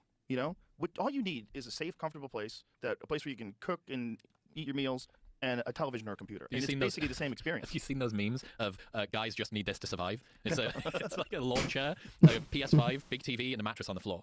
Like, Right. It's like guy apartments or something, Oh yeah, if you're living with all dudes, there's a chance that you're both. or just you on your own. Yeah, Like, yeah. that's it. Yeah, for sure. Tell you who I was talking to. I was talking to Dan Bilzerian. Oh, I want to hear what He's he got had an to say. interesting arc, 'cause he sort of stepped back a little bit from public life, from doing the stuff that he was doing before. And I was asking him basically whether he thought he'd overshot Dopamine Dan. And he said he was considering shaving his head, shaving his beard, and going working in an Amazon warehouse for 6 months to try and do like a hedonic reset to see. The problem is, it was kind of like when Tim Kennedy did the waterboarding thing. There's a difference between electing to do something and being forced to do something. Right. And the fact that you know at any moment you've just got the ejector seat button, or that it's going to be over in 6 months, or that it's going to be whatever. I wonder if that changes. But yeah, he basically said, this rapid use and abuse of all of the things that you can, the partying, the cars, the girls, the jets, the holidays, travel, the drugs. Where do you go from there? It seems like having things isn't fun. Getting things is fun. Not knowing if you're going to get things and then getting them is fun. That's the middle of dopamine. So Right once you have, it seems like having things isn't fun. Getting things is fun. not knowing if you're going to get things and then getting them is fun. That's the middle of dopamine. So Right once you have things and you know you can get things, getting them doesn't become that exciting anymore. Then How do you mean? Because if you could just get whatever you want, you don't get that excited about it. Like if you okay, when I got my first nice car, I think it was a '95 Toyota Supra Turbo, and it was awesome. I couldn't believe it. It's like, this is like a real nice new car, and like the car I wanted, a Supra Turbo, was this shit. I couldn't believe I had it. When I drive it around, I'd be like, oh my god, I can't believe this is mine. I park it, I couldn't believe it was mine. But after a while, you get another car, and then you get another car, and then getting a car is just like, this is a great car, but you can just do it when you want to. So you can get to a point where I call it guerrilla Buddhism. So when people say that material things possess you, they possess you if you're really connected to them, and they are your only measure of worth. But the only way to know that material goods aren't really, you're not a slave to them, is get them. Get them, have them, and then go, okay, this is not that important. This is bullshit. This is bullshit. You don't feel better in a $10 million house than you do in a $5 million house than you do in a $1 million house. You don't feel better. You feel like you're in your house. As long as it's not shit, as long as it's like rats or bugs, or you want cleanliness and safety. You want normal stuff that people like. You want to be able to chill on the couch. Couch is not that much money. Most of the stuff is bullshit. Yeah, my friend James says all wins feel the same. Yeah. And as you start to go up and up and up, the first time that you hit 1,000 subscribers on your YouTube channel, or the first time that you buy a Toyota Supra, is the same, or maybe even kind of less than when you get a Rolls-Royce Cullinan, or you get a gold plaque from YouTube, or you get whatever. Yeah. All of these wins feel the same. I got this other idea that I love about how people sacrifice the thing that they want for the thing which is supposed to get it. So a lot of the time, we will sacrifice happiness in order to be able to achieve success, so that when we finally have enough success, we can allow ourselves to be happy. So you sacrifice the thing that you want, which is happiness, for the thing which is supposed to get it, which is success. Yeah. And it's a super common pattern amongst high performers. You know, they grow up and maybe their parents have high standards for them. And they say that the subtext is that love is contingent on what I can bring to the world. And growing up, this person internalizes the lesson. It is very important for me to overperform, and they're driven by this desire to do more and to prove people wrong, and a chip on their shoulder, and all of this. The problem is, I think that on average, high performers are more miserable than the average person. I think that more people are driven by fear and anxiety and a desire for validation and to prove themselves to the world, and a desire for acceptance, than some perfectly balanced, optimal, loving, I just want to make life the best that I can. That's not to say that there aren't people like that, but I think on balance, most people are driven by that fear of insufficiency, and they're hoping that the next thing is going to be the answer. But another friend, Alex, says, you've already achieved goals you said would make you happy. You've already achieved goals you said would make you happy. How can you presume that your happiness sits on the next side of the next set of goals, given that right now you are on the other side of your last set of goals? So is the key to learn happiness while you're succeeding? It has to be. It has to be. Yeah. There is. You just have to rewire your value system, and the word gratitude gets abused. It really does. It gets tossed into that word that just like, it makes things sound stupid. But gratitude is very important. And if you can actually appreciate where you are and what you're doing, even if you're not doing what you want to be doing, you're going to look back on these days if you're successful in life, and you're going to look back on the days when you're kind of struggling, like, wow, like I was finding my place in the world then. Those are exciting times. If you could be excited while also motivated, it'll help your life immeasurably. And I don't think it's going to steal from your drive and ambition. I don't buy that. I don't buy that either. I used to think that. Yeah, I don't buy it. I know some pretty happy, driven people. Yeah, they exist. There's a fear that some people have. I haven't really thought about it. That if I allow myself to be too happy or grateful for the things that I've done, what if it kills my edge? It's like, dude, you are powered by a nuclear furnace of ambition. Think that giving yourself a little bit of gratitude or acceptance or love or serotonin for the things that you've done is going to nuke that? No way. It's not good enough, any of it. It might if that's your only drive. If your only drive is to achieve financial success. But hopefully what you're doing is rewarding in a way on its own. One of the beautiful things about stand-up is people do stand-up for free all the time. Like big name comedians, like Dave Chappelle does free stand-up all the time. Just show up at a club and do a guest set. Just pop in. He's not on the list. He's not supposed to be. He just does it for free. Like how many people's jobs they just show up and just do them for free? That's if you can find something like that, then all the success and all stuff, that's all wonderful. But you enjoy doing it so much. It's such a fun activity that you're doing. It's not just a making money vehicle. It's an enjoyable activity. It's so enjoyable, you'll go out of your way to do it for free. Yeah, Robert Sapolsky, who you've had on the show, he says dopamine is not about the pursuit of happiness. It's about the happiness of pursuit. That it's as you move towards things. Yeah. One step at a time. It's not the destination, it's the journey. But it's so fucking trite. You're so right with what you say about gratitude. Totally get you. We need to rebrand. There needs to be, like, it's not you, it's me. Like, how many people want to say, Netflix and chill? Like, these things get captured by cliches, and you're like, no, fuck, damn it. I mean it my way, not that way. Yeah. But, that idea of it's far easier to achieve your material desires than to get rid of them, right? Than to renounce them. Like, it's way easier to drive a beat-up Chevy truck if your last car was a Ferrari. Right. Because you've closed that little loop. Right. Mark Manson talks about, he has this great question, what pain do you want in life? And he says that it's a much more accurate way of asking the question, what looks like work to everybody else but feels like play to you? Right? That's like a common thing. What can you do that is play to everyone else's work? That's a competitive advantage. That might be comedy for you, Chappelle, etc. I would happily do this for free. There are other people out there who would need to be paid an awful lot of money to go through the drama of getting up on stage. Yeah. Mark's contention is that any pursuit, even the most existentially aligned, will regularly feel like work. So what you need to look at is, what are the pains that you can deal with better than everybody else? Like, there is pain associated, I'm sure. It's not just pure joy as you stare at a Google Doc or a note in your phone and you're like, how am I going to get this bit out? Like, how do I need to make this joke about cigarettes or something and I just can't get it to work. You're grappling with something. There is a kind of pain. It's not pure pleasure every single moment. And I think assuming that your pursuits are always going to be perfect, just blissed out, man, and there should be no challenges, like, no, that's not the way that it's going to work, even if it's your calling in life. So a better way is, what pains can you deal with better than everyone else? Yeah. And how much do you discipline yourself? How much do you really put a rigid schedule towards achieving goals and understanding that there's going to be these uncomfortable things?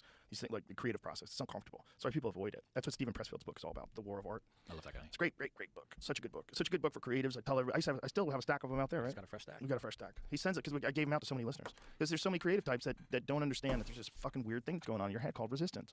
And it keeps you from doing the work that you want to do that's almost always satisfying when it's done.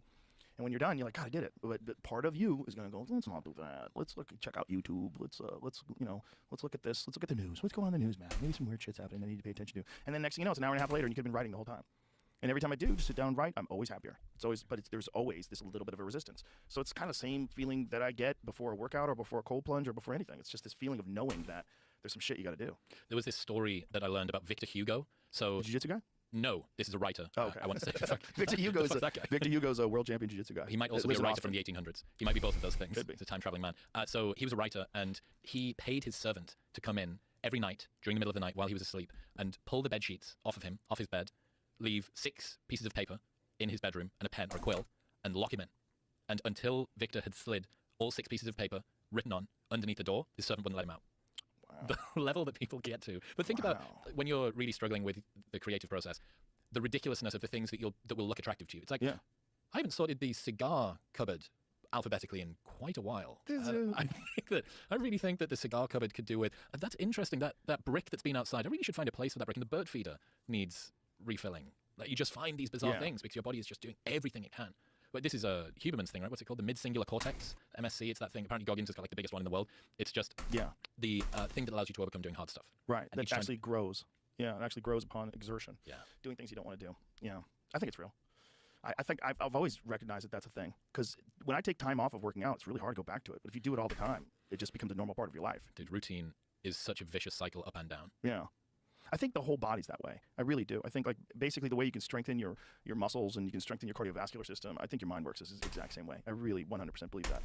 And I think also the neglected conjunction of the two is significant. It's very important. So many intellectuals just don't think about their bodies, and it's so unfortunate. You're just racked with inflammation and, just weak joints and weak muscles, and just you can't open up a jar of mayonnaise. It's like, you don't want to live like that, man. You don't have to. It's like the idea that the two are mutually exclusive is stupid. That's a stupid idea. The idea that you shouldn't take care of your body and that you should really concentrate on your mind, that's just dumb. It's a dumb thing to do. You're not going to be doing complex math 24 hours a day. You can take the time to do some fucking push-ups. How many people do you think have it the other way around? 100%, yeah. Well, also because it's in today's day and age, there's doing it for the gram, right? So there's like people that are really jacked that want everybody to see their muscles, and so you're doing it all day long. You're lifting weights. You're involved in recovery and all sorts. If you've got the time to do that, if you have a job too. Well, what the fuck? How do you have the time? But if you don't have a job, if you're like a fitness influencer, I mean, That is your job. You're fucking busy, man. You want to be jacked online all the time. Like, yeah, you're probably not reading a lot of books. Probably Not meditating all that much. Maybe you are. I mean, maybe that's part of your vibe. Maybe you're giving off that holistic vibe. That's what you're trying to push. You're falling into that line. You're bowing to people and shit, saying namaste. You got to be careful with that, though.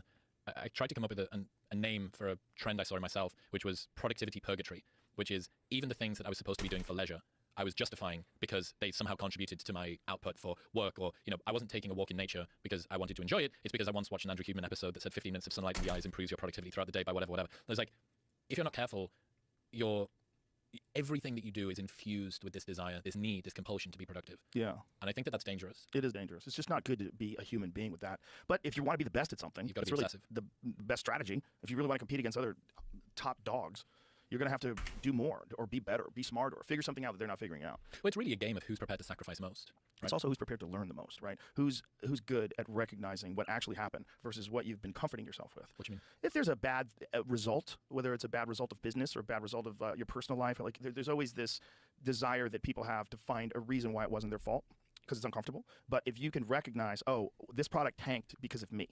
This is a stupid idea, and I need to course correct, and I need to realize what I did wrong. Instead of blaming the suppliers or blaming the manufacturers or blaming the other people on the design team or blaming this, but whatever the fuck you're making, or whether it's an album you just put out that just everybody hates it. What did I do wrong? Don't bullshit. What do I need to do different? And for a lot of people, that is an uncomfortable moment that they don't want to experience. And so if you're a high performer, the more you could recognize what you've actually done wrong and course correct, and not just be, if you're like a CEO of a company, you've got so many people kissing your ass, it's like your ego's got to be inflated. It's going to be so hard to see the forest for the trees, just like being a movie star on a set. Everybody loves you. Here's your bagel. Yep. Mr. Williamson, can I get you anything? You get a delusional perspective. So it's like amongst those people, how many of them can keep their humanity? How many of them can actually just be a human? And then your metrics, like how many of them are happy? How many of these, if you can be a guy who's like a super high performer and also be happy, I don't know how happy Elon is, but I know he laughs a lot. Like, I've been around that dude a lot, and he's always laughing about shit. He's clearly under an extreme amount of pressure.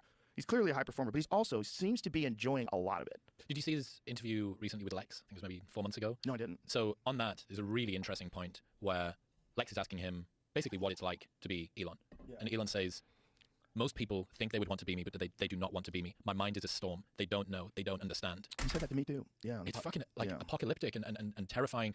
We spoke about this last time, Tiger Woods, the price that people pay to be the person that you admire. Right. And, Tiger Woods goes through this really difficult period with his father and all the rest of it. And this is the best remedy for envy that I can think of. Because people look at Elon as this dude who's sending rockets to Mars and he's making the coolest cars on the planet and he's on stage in Japan or China or whatever doing weird robot dances and shit and he's super rich. And you go, you don't know the price that he's had to pay for that. You don't know the internal texture of someone's mind.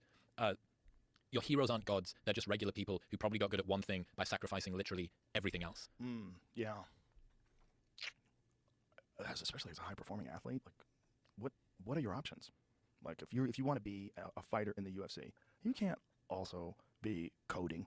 Yeah. Like, you can't also be working at Microsoft. Like, there's can you also have a functioning relationship? Can you also be the thing about fighters is you do have a lot of downtime where you have to recover. You train a lot during the day, but if you make a living fighting, you will be able to have a relationship. And with some of them, that relationship offers them a significant amount of emotional reinforcement, parasympathetic activation. Yeah. It gives them comfort. It makes them feel normal. Like, some guys separate from their families for camp because they just want to be animals. They just want to sleep in a fucking hotel room and just get up and train every day like a soldier. They just want their mind is on one thing, the 6-week from now event. Yep. And until then, I don't want to hear shit. When Marvin Hagler's kid was born, he didn't go to the hospital. He wasn't in the hospital. He was in camp.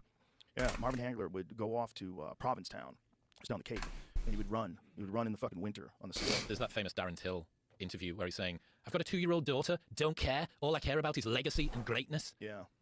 It's a high price that people pay. I mean, Sean Strickland, who continues to he seems to be sparring like any YouTuber or streamer that's prepared to get into the ring with him. Well, he beat up that kid who's a smaller than him streamer named Sneeko, which is not a good look. He beat the shit out of that guy. Yeah. I just don't know why he wanted to do that. It's so easy for him to beat that guy up. It was what we were talking about before. Yeah, it's not fair. It's just it's not really. The kid. I don't know what that kid thought. First of all, he's so silly for doing that, for agreeing to do that with Sean Strickland. Like, because you know that he's never going to have that hold back. If you agree to do that with Israel Adesanya, Israel Adesanya will take care of you. I swear to God. He'll pop you a little bit and let you know that you're helpless. But he won't fuck you up. he'll smile and laugh and he'll hug you afterwards. You could spar with him. I guarantee you can spar with him. And then just touch your face just to let you know, like you would have been knocked out, but I just touched your face. Touch you a little bit. Move around. You can't touch me. I touch you. Here's a feint, and nah, it's coming at you. And if he's kicking, you're fucked. But even if he's just using his hands, if you're like some streamer, he wouldn't hurt you. But Sean Strickland's a different animal. Sean Strickland has, he's got this fucking man code, and he believes in it. Like, you got to get your ass kicked every now and then. He spars all the time. Spars constantly. And if you agree to get in there with him, you're essentially agreeing to let him beat the fuck out of you because you don't really have a chance. Like, you have no chance. But in Sean's defense, when he lost to Alex Bejeda, one of the first things he did was go to Connecticut to go over to Shara's gym where Alex trains and train with him. When he was training with Alex Bejeda, he was light sparring. So this is fucking light. Find the video of Sean Strickland training with Alex Bejeda because he's smart. Because you can't. That guy's not Sneeko. You can't just tool off. That guy already knocked you out. Like Bejeda knocked him out in the first round. He hit him with a left hook and then a right hand as he was going down. Like Bejeda's a monster. So he was sparring with this monster. He's like, yeah, let's just fucking be friends. Let's just be friends, buddy. There wasn't any of that Teach me your Sneeko. cheat codes. Exactly. Well, and Bejeda teaches people, which is very interesting. He's that confident in his ability that he'll take a guy that he just fought and a guy who's now the current. Look how they're sparring. Nice and light. See this? They're just touching each other, just using distance and sparring. And there was an actual, these guys are sparring, but they're not hitting each other hard at all. And there was a very interesting video that I just watched yesterday where this guy was talking about that in martial arts. I don't know if you'll be able to find it. But you know what? I guarantee you it's on my my list of shit that I just watched because YouTube will give you a list of shit you just watched. History? Yeah, which is nice. But it was very interesting because it was talking about the importance of play when it comes to martial arts sparring. In that sparring, the only way to learn is to not be under this intense, high-pressure, high-stress situation. And for most people, sparring is terrifying, and especially sparring if you're sparring someone who's like really dangerous. Yes, this is that guy. It's a long video, though. Yes, and Max Holloway talked about how he doesn't spar and CJ. But what he's essentially saying is he breaks down the mind and how where's your optimal time to learn. And he talks about how animals play and about young animals, like when a lion is jumping on another lion, they're learning to play. And the Thais, he also breaks down how the Thais spar. Thais spar very light. They just touch each other. They're just touching each other. I've been out to Thailand. I've seen it. It's amazing. Yep. And high-level guys do that. And they do that so they can fight all the time because they fight almost every week sometimes. Yep. So when they're training, they can't be getting beat up all the time. So they learn how to, and that's Faraz Zahabi actually talking about that. That guy was fascinating. Faraz is a genius. He's one of the greatest martial arts trainers of all time, if not the best. So see, these guys they're training and they're touching. See, they just touch each other. And when you do that, you don't have the fear of getting hit back as much, and you learn combinations better. You learn timing better. When I first started coming to California, I started training at this place called the Jet Center. It was Benny the Jet Urquidez, who's this world famous kickboxer, and he had this place in California it was like two places I wanted to go to when I came to California. One was a Comedy Store, and one was the Jet Center. And unfortunately, they had just been damaged. They had the roof damage from an earthquake, and so they had like flooding problems and stuff, and they had to move out of that location. So I was only there for like a short period of time before they went under. But there was guys you could spar there that were like really good kickboxers, but they knew how to spar correctly. So there was this one dude I used to spar with all the time. And I was getting so sharp because we never hit each other hard. And I knew I could trust him, and he knew he could trust me. So we were sparring all the time, and I was not getting fucked up. Like I'd spar on a day that I had to film something. Yeah, because I knew you'd be able to still go to work without a bloody nose or a black eye. So I did all my hard work on like the heavy bag, but then when I was sparring, everything is just movement. What are the bad habits that someone who does that too much would you maybe begin to habituate pulling your punches, not telegraphing sufficiently? No, you would never, if you fought before, you'll never pull your punches. But you know what I mean? Because you are dialing back that power, that penetration. You could say that with point karate, because point karate, they kind of dive in and just touch each other, but they all know how to hit bags. They all know how to hit mitts. They all know how to hit tie pads. They all know how to do that. They know how to hit things. It's just, the real skill level is in control. The real skill level is in being able to counter quickly, but know exactly where your hand is going. And you can do that. You can learn how to control force in a way that, like, when I used to do Taekwondo demonstrations, like when we'd open up a new school, one of the things you'd have to do is, like, throw kicks at people's faces. Like, stop it at their face, just to show them, like, the kind of control that's possible. And you would have your foot, like, literally fly up, like, right in front of someone's face. And you would have someone stand there who's another student, you would demonstrate on them. You just gotta stand there, not flinch. Yep, and you just stand there. And my instructor used to do it to me all the time. He would do it to someone in every class, like in the front row. He would demonstrate by stopping the kick in the air in front of your face. Fuck, that's cool. Yeah, and so you would learn how to do that when you would do that in like. So the ability to pull a shot is a part of being a really high-level martial artist, and the ability to spar spar fast without hitting each other hard is also, it's like something you should know how to do. It's a part of but once you know that you're hitting, the only thing is like the anxiety of being hit. That's and the danger of being hit, because if you're just used to like pulling shots, you could get an uncomfortable sense of like a dangerous sense of your robustness. safety. Yes. Your robustness and your safety, because any one shot takes you out. Any one good shot from a strong striker can take you out. So you want no shots landing clean. You want everything to be moving away from you. And this is new though, right? I've heard a lot of guys, older school UFC guys, saying that this light sparring thing is a pretty new invention. Totally. People getting knocked out in sparring. All the time. Yeah, some of the old school training camps, like you'd hear stories about, like particularly shoot box in Brazil. In Curitiba, they had some of the best fighters of the golden era of Pride. They had Vanderlei Silva, they had Ninja, Shogun, Anderson Silva. They had so many killers that came out as one gym. And, bro, they beat the fuck out of each other. They beat the fuck out of each other. They knocked each other out all the time. Vanderlei Silva and Shogun famously had a fight to see whether or not one of them would pay for a pit bull. Because one of them had the pit bull. I think Shogun had the pit bull, and he's offered to sell it to Vanderlei, and Vanderlei said, I'll fight you for it. And so they fought, and Vanderlei apparently won and got the dog. Just in the gym. There's no one's getting paid apart from in a dog. No, so they would fight. Like fight. So when they would go to fights, they're so used to fighting. I'd fight over Carl. The thing about it is, though, man, it's going to shorten your career substantially. It'll shorten your durability towards the end of your career substantially.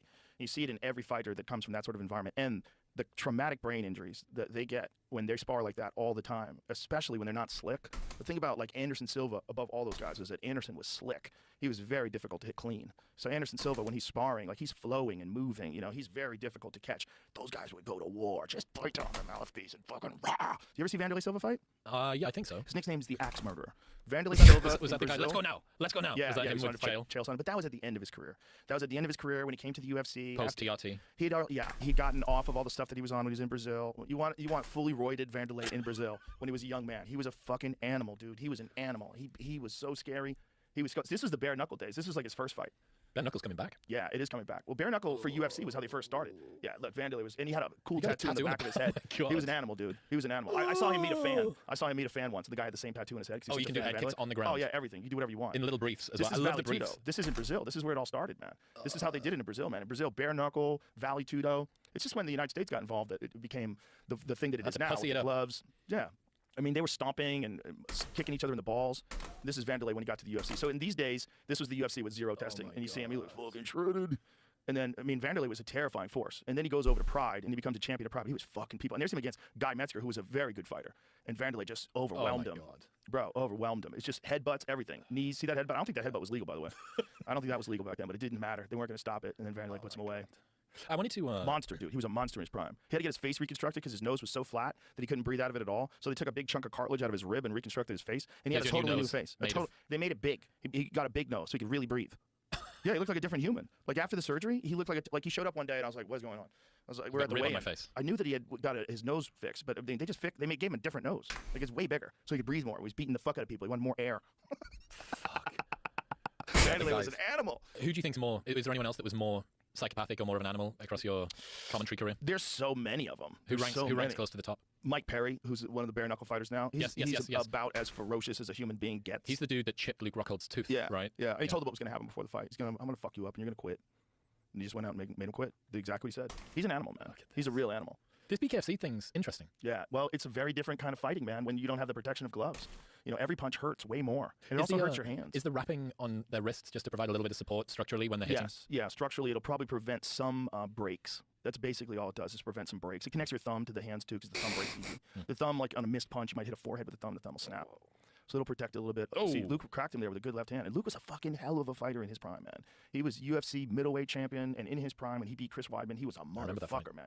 He was a motherfucker. But Mike Perry is not a guy that you can think you have. He's just so tough. He's going to keep coming. And if Luke stuck and moved and maybe had a different strategy, maybe he would have had a better time. But you let Mike Perry start mauling you, he's so dangerous, man. He's such a fucking killer.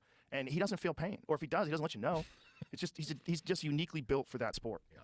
I wanted to teach you about something that I learned on the show. So you've had a number of conversations about trans athletes in sport and about the dangers potentially of biological males moving over into women's leagues. And it always kind of comes back to the same, well, if we can get their hormones down to this particular kind of level, basically can we reverse some of the structural changes? And it kind of gets into this realm of like hormonal fuckery, which is fine, but I think that's kind of been talked to death. There's something that I learned about on the show that I thought was even more important. So the male and female brain difference can be detected in utero in embryos and fetuses that are 6 months old. So this is a minus 3 months year old, and they can already detect sexed brain differences.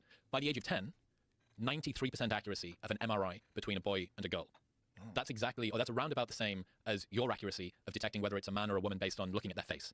That's the same degree of difference. So one of the arguments that would be put forward is social roles theory. So social roles theory is that boys behave like boys because they see boys behaving like boys, and girls do the same. They're socialized into doing this. That doesn't seem to be true, because this is universal, it's across the board, it's present before anybody's even been born, and it's present before androgens. But the reason that this is, I think, important towards sport is that one of the key differences is in what's called visuospatial abilities, and males have a huge advantage in visuospatial abilities. This is preschoolers age 3 and 4, their throwing accuracy and their throwing distance already begins to diverge from girls. And by the age of 19, there's essentially no crossover at all.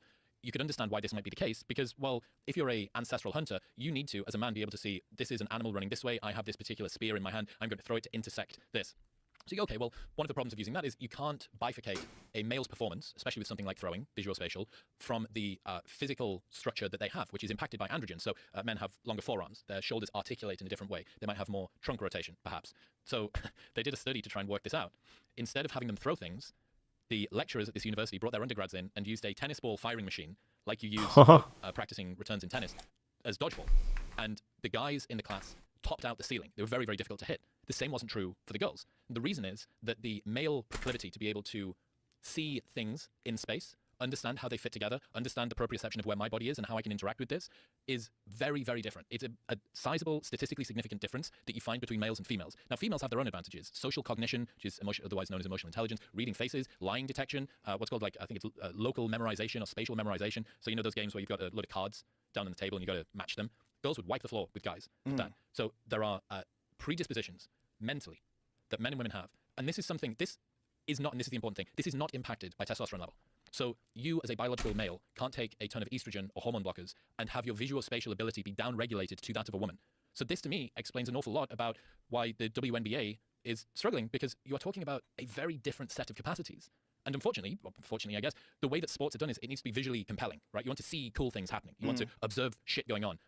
A lying detection test or someone turning over cards and matching them doesn't lend itself to being a spectator sport as much, which means that males have this predisposition which is more entertaining given the current rule sets of sport. And this, to me, is a much more compelling unfairness when you're talking about male and female capabilities within sport. This doesn't have anything to do with what time they put on hormone blockers. This doesn't have anything to do with what is the testosterone level at. This is innate, inbuilt predispositions. But doesn't it have to be agreed upon by the people that are making these sort of decisions? Because most people, there's people that will resist that. They might even think, they might not think you're lying, but they might resist that. They might resist that and say it's not valid, doesn't matter. Statistically significant. I mean, right, but you could see how people would have an issue with that, right? Even though it's statistically significant, people would go like, who did the study? This, that, and say, inbuilt predispositions. but doesn't it have to be agreed upon by the people that are making these sort of female capabilities within sport. This doesn't have anything to do with what time they put on hormone blockers. This doesn't have anything to do with what is the testosterone level at. This is innate, inbuilt predispositions. But doesn't it have to be agreed upon by the people that are making these sort of decisions? Because most people, there's people that will resist that. They might even think, they might not think you're lying, but they might resist that. They might resist that and say it's not valid, doesn't matter. Statistically significant. I mean, right, but you could see how people would have an issue with that, right? Even though it's statistically significant, people would go like, who did the study? You know, if you're trying to, like, say that trans women are women, there's a lot of things that you could say that they have an advantage with physically. Proving it mentally just based on that, I agree. It seems an issue. Well, you know how big of it's an issue? It's an issue in pool. Pool's not a strength game at all. It's a finesse game. It's a game of executing shots under pressure. It's a game of angles. It's a game of geometry and feel. But very few women ever get to the level of like an elite professional male. It's like there's a small handful in history. And that's completely controlled for articulation of the shoulder, strength, yeah, maybe a tiny bit of strength on the break, I guess. Could be on the break, but there's a lot of girls who break very well. And the break today is more of a controlled break because they're breaking on cloth that's a Simonis 860. It's a very fast, clean cloth. Dude, your obsession with pool makes me laugh every time that I hear about it. It's so funny. It's like this other wing of you that's I never think about, and then every time I walk in and I see that there's like a pool hall basically in here, I'm like, the fucking pool obsession. Yeah, I'm obsessed with it. But there's women that are really good. They're better than me for sure. But they never reach the level of like a Shane Van Boning, who's like one of the best ever. They just don't get to that place. I just think it's an interesting addition to the discussion because you're always having the same conversation. Well, what about if we get the hormone levels to here? Well, actually, we don't suggest the testosterone level. What about people that have got naturally high levels of testosterone? Yeah. It never gets to innate, inbuilt, unchangeable differences about our capacities, about when it comes to the field of play. And if you were to take, the top 100 female WNBA players and the top 100 male NBA players, and you were to say, let's just shoot free throws. Right. Let's just see how many are made. That should be a pretty even playing field, and I bet that the disparity will be very high. Very high. In the pool world, the reason why I was bringing this up, recently a woman made it to the finals of a tournament with a transgender woman and just quit. She said, I'm not going to play you. In pool? Yeah. They got to a women's tournament, and this transgender woman, and by the way, with pool tournaments, I guarantee you they're not like checking estrogen level. There's zero control. All you have to do is say I'm a woman, and you can play. I can say I'm a woman, and I can play. Put on a dress, and I'll play. Fuck you, I'm a woman. And if you let it happen, you're going to get crazy people to do this. And this lady, she took a stand. She's like, you're not a woman. I quit. You saw that? Shake your hand. You saw that Canadian powerlifting coach that just entered a competition with like just didn't do it. He was like, yeah, I'm a woman now. Yeah. It's really bizarre that they're letting this happen. It really is. It's so strange. It's like women's rights have gone out the window in the sense over the name of virtue. The virtue that you're a good person and you say trans women are women. Okay, in real life maybe, yeah, but not on sports. You're a biological male. Like, this is the same thing as if you tell someone, hey, I don't do steroids now, but I've done steroids straight every day for 20 years, and I'm so fucking strong, I can run through a wall, but I'm going to stop doing steroids, and I want to compete with natural people. Well, fuck you. Fuck you. You cheated. You changed your physique. You changed it. Well, that's exactly what you would say for a woman. If you had a woman athlete, and that woman athlete developed a male voice and giant muscles, but was still a woman, was beating up all these women, you'd be like, oh, that woman was on the sauce. She cheated. She cheated. Well, if you're going through puberty, guess what, fuckface? You're taking testosterone. If you really say you're a woman, you're going through all that, and then you're after puberty, you're an adult, and then you're going into your 30s, you have your whole life of producing testosterone. You have male tendon strength. You have the male bone density. You have different shaped hips. You have everything's different. Your competitive drive's different. It's so dumb that we're having this conversation. And the people that suffer are the biological women. And that was the thing that we were always supposed to be protecting with Title IX. That's the whole idea of developing regulations so that women have sports that they can play that are just with women. It's a fair playing field. The same reason why you don't let third graders play with fucking high school seniors. It's real simple. You have someone play within the parameters of a fair playing environment, and you're always going to get outliers. You're always going to get people that are like exceptionally strong and fast for their weight and their age, and then you're going to get people that are struggling physically. They just have no experience whatsoever in athletics, and you got to find the comfortable medium, but it's within a fair parameter of the biological gender. This fucking thing that's on your birth certificate. What is it? That's what you can compete in. Whatever the fuck you had. What's your chromosomes? Do you have XY? Yeah, you got to go with those guys. That's it. You don't want to fight anymore? Okay, well then don't fight. But you can't beat up women just because you decide you're a woman. That's crazy. That's just crazy. It doesn't make any sense that we're allowing that. It's not compassionate. It's not open-minded. It's not progressive. It's just stupid. You're just caught in some cult-like mindset. And the people that are suffering are the women that would be competing in just sports. You see that thing in Canada where the volleyball players, there's 5 biological males on a volleyball team, and the biological women were sitting there on the bench waiting while the biological males were dominating this fucking women's volleyball game? See if you can find that. Because it's so crazy. It's like, it's literally South Park. It's South Park. Like, we're watching South Park. Strong woman. Yeah, it's absolute insanity. You have crazy people. Crazy people.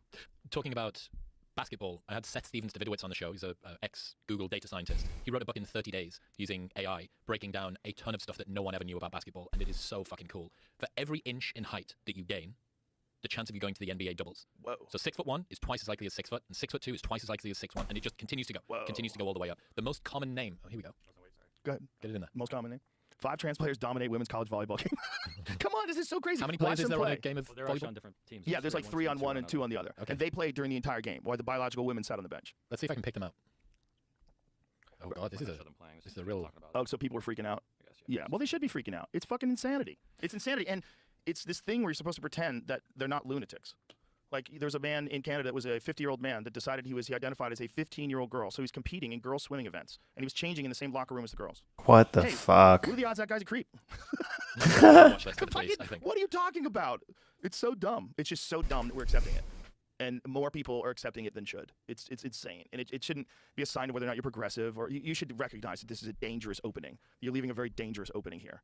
And the people that are suffering are the women. And the women that are athletes that are suffering, it's going to ruin their chances at college. It could change the direction of their life. They might not get a scholarship they should get because they had to compete against biological males. The enhanced games. Get everybody off the enhanced games. The Yeah. steroid Olympics. Peter Thiel just put a ton of money into that. Yeah, that's going to be interesting. How long before the government cracks down on them? Well, the problem is, it seems like, from what I read, it seems like they supply the steroids. That's what I'm saying. Like, that Like, seems hang on, super illegal. are you a sporting body, or are you my steroid dealer? And then you have to think, like, what kind of an influence does that have on young people? Like, one of the things about steroids being shunned and illegal, even if it was irrational in some sense, like that, if you have an adult male, and this guy is 35 years old, and he just decides, you know what, I want to take steroids. Why is that not okay? But you can prescribe him a ton of different fucking things that can kill him. You can prescribe him anti-anxiety medication. You can prescribe him painkillers. You can prescribe him Ozempic because he wants to lose weight. You can prescribe him all kinds of things that might have adverse health risks. But you can't, nothing that makes you stronger. Nothing, we have a limitation on that. It's very odd. And I can see how you would make it banned for sports. But why is it banned for people? Like, says who? I just want to get jacked. Says That guy. who? But it's like, says who? Says Oh my says god.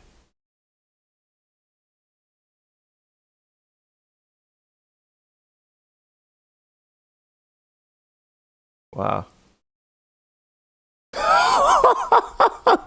God bless me. Jeez.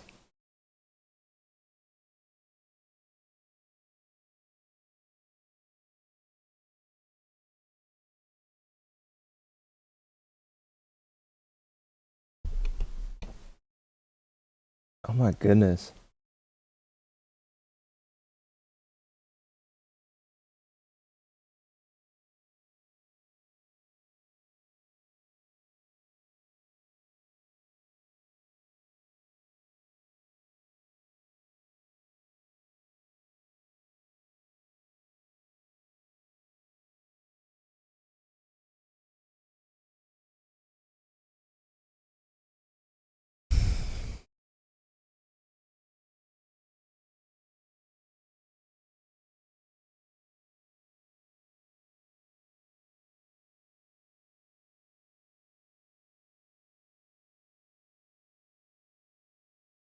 another adult can't do this? Is like a bunch of do people vote on that? Did medical experts vote on that? If they did, how'd they let fentanyl in? I can't remember. I feel like it wouldn't be surprising to me if the cascade was this ruins fairness in sports, and then we retroactively change the gym rat normal population rule set to ensure that the sporting rule set isn't wrecked. I feel like it was probably the trickle down that way from sports and elite sports and tested sports into the public. But Derek from More Plays More Data has talked about this, how if it hadn't been for the fact that they were controlled substances, we would have way safer, better researched compounds. You know, we're still using like Trenbolone it's from like the 60s or the 70s or something. And that stuff's supposed to be scary. Oh yeah. I've heard scary stories of people being on this stuff and losing their fucking mind. Like you get insomnia, you get this cough, you put it's a trend cough. Trend cough, yeah. You pin yourself. Trend cough. Terrifying. Going back to that basketball World. I've heard scary stories of people being on this stuff and losing their fucking mind. Like literally insomnia, you get this animals. cough, it's a trend cough. Trend cough, yeah. You pin yourself and get the trend cough supposedly. Terrifying. Going back to that basketball thing, the most common name of basketball players in the NBA, Christopher. I missed my calling. Damn. The reason for this, it's really interesting. Seth used a ton of different AI programs to analyze all of this data, and he said he was able to do what would have taken him 3 years in 30 days. He wrote this book in 30 days. Whoa. It's insane. It's really, really good. Who Makes the NBA, I think it's called. And the reason that it's Christopher is that Christopher is the sort of name that is given by middle-class parents to their child. So it's really an indicator of social class. And there is this belief that in basketball, it's a meritocracy where the underclass, hard-working athlete can clamber his way up. You know, this is LeBron. LeBron, single mother who was 16 years old. Makes it to the top. Jeez. That's not that common. The most common path is someone that comes from two-parent household that's relatively well off, and the classic advantages that you get. Christopher is the sort of name that's given. I think Michael is another one that's up there, and he does this big word map thing where you can see the size of the names, and the bigger the name, the more likely it is. Yeah. One of the other things that no one really ever thinks about is hand span. Hand span, one of the biggest determinants for success in the sport. So Shaq has a 14-inch hand span from finger to hand, because palming the ball, if you're up there and you're able to palm the ball, that's a huge advantage. Yeah, it's terrifying. That's so big. It's absolutely terrifying. Just grab that ball. Yeah, makes sense. Makes sense. It'll give you an advantage. Yeah. It's fascinating when you break down data like that and you try to figure out what are the contributing factors. I wonder if they've done that with martial arts. I wonder if someone's done that with fighters, like height and reach and things like that. What would you be interested in? Height and reach. It's a big factor. But it's also like, are you as durable? Like sometimes the stockier. Neck width, maybe something like that. Yeah, neck width. The size of the chin. I think it's jaw size. Hand size would definitely be one. So I worked on the front door of nightclubs for forever, running our event. And one of the really naughty things that door staff would do, maybe they do this in America as well, is they get like a lead cylinder, and in their leather gloves, they put it on the inside. Yeah. So the hand now weighs 1.5 pounds more than usual. You hit someone, and that's like a fucking hammer. Yeah. So if that's the case, that rule is mass of hand equals damage. So someone that has denser bones or more muscular hands or bigger hands, that's basically just more weight on the end of your arms that you're swinging at someone's face. So yeah, I mean, giant advantage. I think that breaking down sports in this way, that's why Moneyball was so cool, right? People loved, like, oh my god, this is so interesting. I never really paid attention to that. What is Moneyball? So Moneyball was a assessment of the MLB done by a guy that was picked up by the Oakland A's, and he was using very advanced mathematics to look at you got something, Jimmy? I was Billy Beans' name. I was trying to just. Yeah, Billy Beans. And he looked at undervalued players and what contributes to winning a game. And there were players that would bat in a weird way, that would throw or pitch in a weird way, but their numbers were fantastic. And he was the first guy that really, really assessed the numbers of baseball in this line. And now it's very, very common. Baseball is largely a game of maths. They know exactly where hitters like to swing. They move the field around based on all of the statistics that they've seen, all of the analyses that's been done. But yeah, the movie Moneyball with Brad Pitt is outstanding. If you've never seen it, you absolutely should watch it. It's so much fun. But yeah, I think this assessment, I don't think it removes the magic of sport. I don't think it gets rid of the magic of sport to... It just makes people nerd out harder. Deconstruct, yeah, and it allows us to obsess. It still doesn't make it easy to do. So when someone does hit a fucking home run, it's still amazing. Yeah. But this is a good scene from the movie. I'm not going to play the whole thing, but just what's going on here is he's explaining to them, like, the idea what he was just talking about, the Moneyball, but there's a bunch of old scouts. These guys have been around for forever. And they're just like, what are you talking about? We can't do it that way. So he just figures it out numerically. And spoiler alert is it works. They won the World Series like the next year or something like that. And it's based on a true story? Oh, yeah. Yeah. It's, and so he had himself an autistic kid. Yeah. That's exactly what that's basically what it was. Yeah. Yeah. That's the secret advantage. Find people that have got autism. There's an advantage in that. I just heard the Chiefs that just won the Super Bowl. They have a guy like that that's worked with the coach the entire time. They call him, shit, I forget what they call him. He has a name. He's like the analytics guy. They're like, no one knows what his job is. Mr. Numbers we or just something. listen to him and we trust whatever he says. Fuck, that's cool. That's pretty cool. Yeah. Dude, let's talk about this special counsel report thing. That just yes, that we were going to do that before we peed. Yes. Yeah. Yes. Special counsel report on Biden. Yeah, so these Afghanistan documents, these top secret Afghanistan documents that were supposedly held in his garage, as you'd say, there's photos of how it was. It was just an open box in the middle of the garage. This wasn't it in his Corvette or something? I'm not sure. The photos I've seen are just an open box with like files in, like you just have lying around here that need to be cleaned away. I think he had one of those boxes in the back seat of his Corvette. Well, or in the trunk of his Corvette. Yeah, there's his Corvette. What? Oh, that's a Corvette that doesn't even have a backseat. The Corvette, I guess. Yeah. So he's got that's a fucking dope Corvette. That's like my year. I love that year. That's pretty nice. So the classified docs are found in his garage, where his Corvette was. So that's the box right there. That's it. Yeah. Just So the and what's main- in those things? Classified Afghanistan documents. I think it was from earlier in God, you can read them. Garage box after repackaging, January 3rd, 2023. So did he forget he had them? So that's the argument. And the thing that most people are jumping on to do with this report isn't that. It's the assessment that I think it was her that's the dude that did it. It was the assessment of his mental state. Yeah.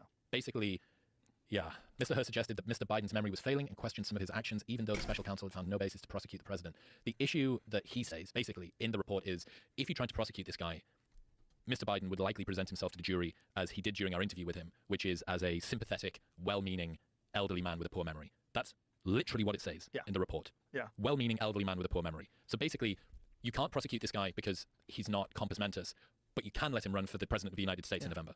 So that's the world that we've managed to get into. But And don't you think that that's a ruse? What do That you him running for president? I think you don't think he's going to run? No, I think they're going to get rid of him. I think they're going to move him out. They're going to force him to step down. That's what I think. If I had to guess, and it's just speculation, I'd say they're setting up Gavin Newsom for it. That's what I say. That's what I think. That's what it looks like to me. I think the more and more comes out about this stuff, and more comes out about the Burisma thing and the Penn State thing. You know, where the Chinese donated money to Penn State, and then he got $1 million a year gig where he didn't even have to show up. That's old school. That's like mafia stuff. Was it $1 million a year? How much was it that he got from Penn State? And he was telling people he was a professor at Penn State. Like, he never even went Honorary there. Didn't teach one class. Look, at some of it is part of it's fun. Like if he wasn't the president, it would be really fun because he's like always making stuff up. He calls people the wrong name. Talks about someone that's dead. You know, it's just it's constant. It was Penn, not Penn State. Penn State, excuse me, Penn. Was paid $1 million a year to teach, but never taught a single class. Yeah, University of Pennsylvania. That's what it is. That's a mob job. You know, I've had a friend of mine who had one of those jobs. He didn't have to really go to the Javits Center. like an honorary He was a mob guy. He got a gig. He got a gig. And there was like, if you had made a union negotiation back in the day, like we're talking back in the day, they would throw in a bunch of no work jobs. So no work jobs were part of the thing. It's just a little sweetener on top. Yeah. So if you're a mob guy and you're connected to some construction company, they would find companies that they would buy into and own pieces of, so that they could kind of funnel their money out. They could say, I'm in the construction business, or I'm in the sanitation business. They always had something that they were attached to, but they had no show jobs. You got real money. You know, you got a real fucking salary, real paycheck every week, and you never did shit. You didn't do a goddamn thing. You never went there. You're just a mob guy. I can't help feeling kind of sad about how difficult it must be to be Joe Biden. Like, if you're this dude who is, I mean, what the fuck are they pumping him with? Like, he is fun stuff. I mean, he's having a great time. Like, first thing in the morning, Mr. President, come in for your happy pills or whatever. Yeah, exactly. He has fucking IV testosterone and cocaine right into his system. So you think, you know, this guy who's holding on as best he can, like trying to get through the presidency, and there's all of this scrutiny and people are making jokes about him, and he's got the fucking his team are like, oh, let's put a fucking meme out of him with red eyes after the Super Bowl, and then he's got to deal with all the rest of that stuff. What is that? And then it just makes me feel like, fuck, like that must be really rough to be that guy, to actually be the human that is Joe Biden. That must be really fucking like, I don't know, you're going to be aware, you're going to be self-aware of the fact that you're failing, that your mental faculties aren't there, and you're like being pushed, and just this RPM is being pushed higher and higher, 8,000, 9,000, 10,000. I bet he doesn't do much. I bet the cabinet takes care of everything. I bet the press secretary makes all the tweets. I bet they dope him up. Every now and then they make him talk, and they probably give him a lot of amphetamines or something. They probably give him something to make. I don't know if it's amphetamines. That's you using your Hitler model to. What I was going to do if I had a guy like that, and they said, "Hey Joe, like this guy's like he's really out of it. You know, let's pretend it's not Biden. It's some other guy that has to go and speak in front of people. He's really old, and you know, like okay." He could die. He could die if you do this. But what I would say is, like, let's start banging him up with testosterone. Give him, like, a good dose. Like, ramp him up slowly. We want to get him up to, like, 30-year-old levels. And then some kind of amphetamine. And then a big nootropic stack, like a heavy stack. Theanine, you know, acetylcholine, alpha GPC. Yeah, let's stack shit.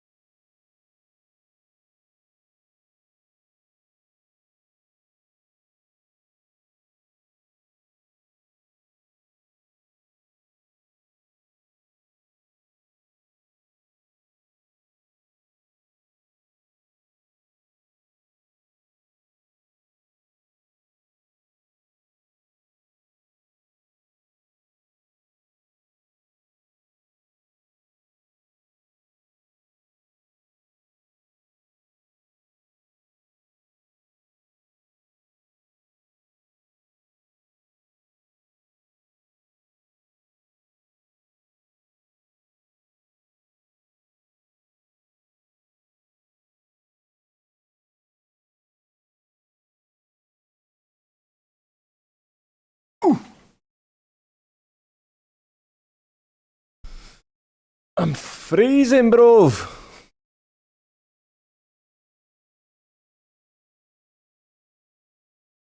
And I want like multiple modalities. I want a bunch of different ones coming out, mushroom ones, all kinds of stuff. We got to do our best here. The adaptogens, Yeah. we've got everything going in there. And then we're just got to break things down. Cue cards. I mean, we can do this, and that's what they've done. They've definitely done the cue cards part. Like, there's photos of his cue cards. Like, stand there, say brief remark. Like, it's all capital letters. Have you seen those? No. He holds onto them, and then they take pictures of it, and they zoom in on the picture, and they go, look what it says. God. See if you can find that, Jamie. Yeah, It's like you shouldn't have. Like, this is his card. The secret. Secret. Presidential cue cards. Oh, he has cue cards for staff too. That makes sense. But there was a cue card that he had that they were reading while he was on stage, where he was giving some sort of a presidential address.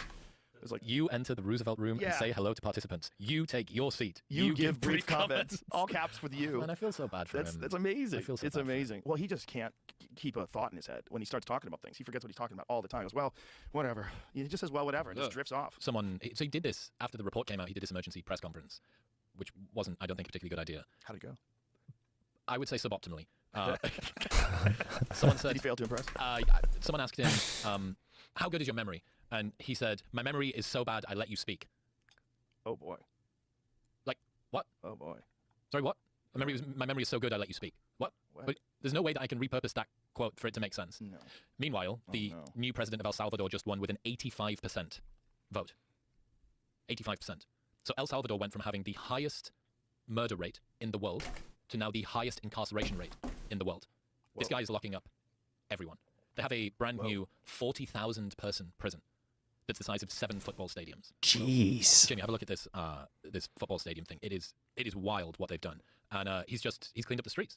He's gone super aggressive. There's some dangers of what he's done, which is they're being very indiscriminate with who gets convicted. 12-year-olds can be, I haven't heard if they are, but 12-year-olds can be treated like adults and thrown into the prison as well. You know, if they break down the door and come in this room and you're a bad guy and me and Jamie are not bad guys, we're probably going to prison as well. So there's probably a good bit of collateral damage that's come with this. But this dude is like, it's insane. It's insane what he's been able to do. And yeah, 85% was the vote. Yeah, here we go.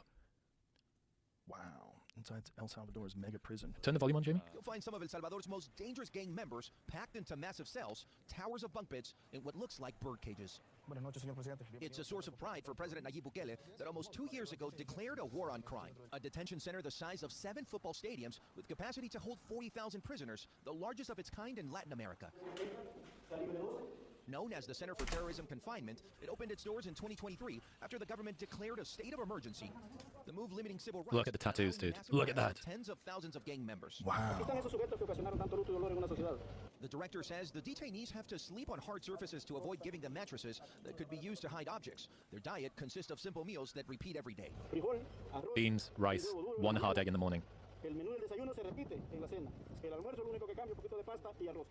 Wow. Yeah. This guy just put the hammer down. That was, when Duncan Trussell, when we were in LA, when the George Floyd riots hit, one of the first things he says, dude, we're going to have a right-wing authoritarian president now. That's going to be the next person. Like the next, when this all collapses, the only response to that is people go hard right. They go hard right. Oh my God. That's nuts. That's nuts. I think it's MS-13 is one of the big gangs. I can't remember what the other one's called. It's just if you wanted to stop this at its tracks, you're not going to cure those guys. There's like 2 bathrooms in each stall or each cell. Also. And how many people in each cell? People, two stalls. Oh my God. Oh my God. You gotta go. You gotta go. But I guess. Yeah, if you want to really clean it up, it's not going to be pretty. No. If you want to really clean up a very dangerous gang-infested place, it's not going to be pretty. You saw Batman. That's what he did, right? Yeah. Recodes like 100, 500 people. Yeah. The insight around during a time of upheaval and uncertainty, looking for a more dominant leader and more authoritarian leader, that has roots in evolution as well. So this is something that Will Storr talks about, which is there's multiple routes to status. There's fewer routes to leadership. So there tends to be 2, one being dominance and the other being prestige. So dominance is the more authoritarian. You will do this because there are negative outcomes if you don't do this, and it's more overbearing. Prestige is earning reputation through being positive sum. During times of war and strife, tribes would look for a more dominant leader because you have threat from the outside. So you're going to have someone that's going to be aggressive. They're going to lean in. They're going to try and fix this problem. Of course, that's going to be who you choose. Problem is, if you have someone who's a dominant leader for times of war, when it becomes a time of peace, that dominant leader isn't just going to step aside. They're dominant. They're going to hold on to this power. They've usually managed to embed themselves. They've got sycophants. They've got a distribution network of people that can help to enforce their rule. That's the problem that you have. But this absolutely has its roots evolutionarily. Also, what a bizarre way to run anything. To have the guy who runs it be very vulnerable and only have a 4-year term and then you can only do 2 of those 4-year terms, and then people are constantly trying to figure out a way to manipulate the reality of the world to get their guy past you, including high-level gaslighting. I mean, we've seen some wild gaslighting. Serious just this fuckery. Past couple of weeks talking about the economy. There's so I much missed that. What was that? gaslighting. Well, one of them was Gavin Newsom talking about how great Biden was and what the Democrats' record, that this has been one of the greatest presidencies ever, full stop. It's like hot gas in your face. It's burning your lungs. It's just gaslighting. Gaslighting.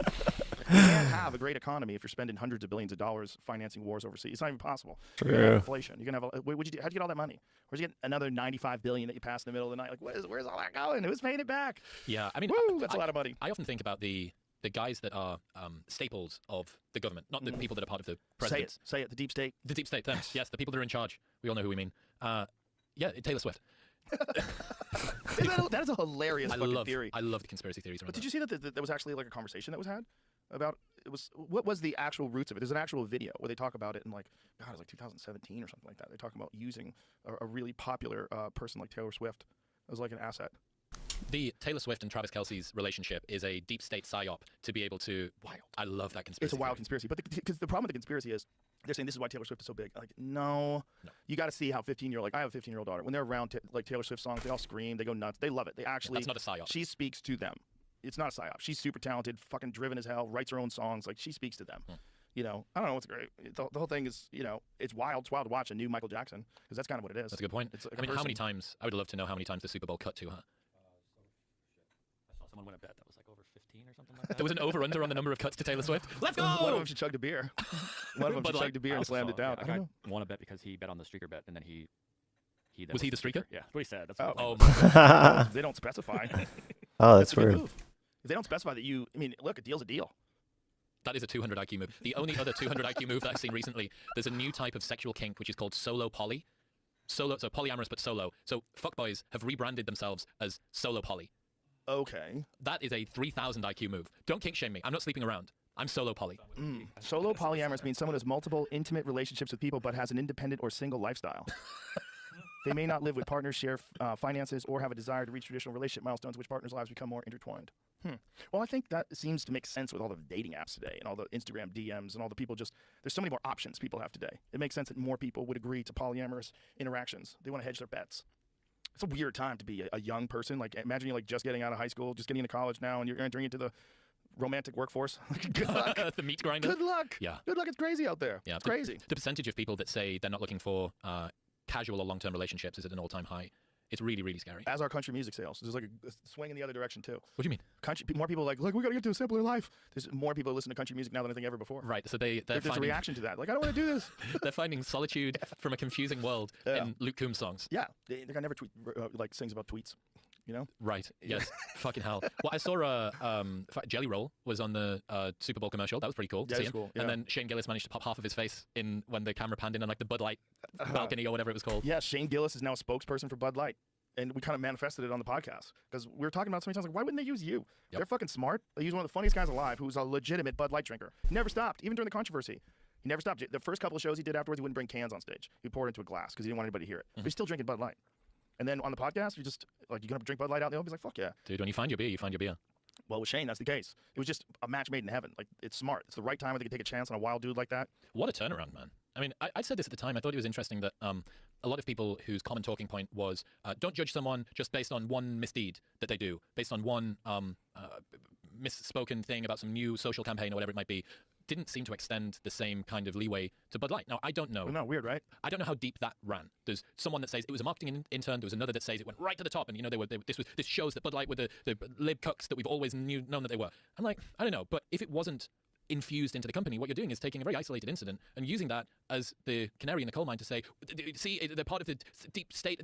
They're taking over. They're doing whatever. Like, well, sort of. It was not one thing. It was two things that combined together. So the one thing was the Dylan Mulvaney picture on the beer can that drove people nuts. But then there was the video of the woman who was in charge, who was explaining that they had to rework the image of the brand and that it was a fratty, sort of like bro heavy. I forget the word she used, but it was a juvenile. She was trying to literally, but it's literally, you're talking about your entire customer base. So she's deciding that the customer base should not be trans, or the customer base should, I mean, literally. I mean, she's literally deciding she's going to make the customer base gay. It's going to be friendly to the LGBT community. It's going to be sponsoring floats on Pride Parade. And that's what they did. Like, under her guidance, she was like, I'm going to fix this.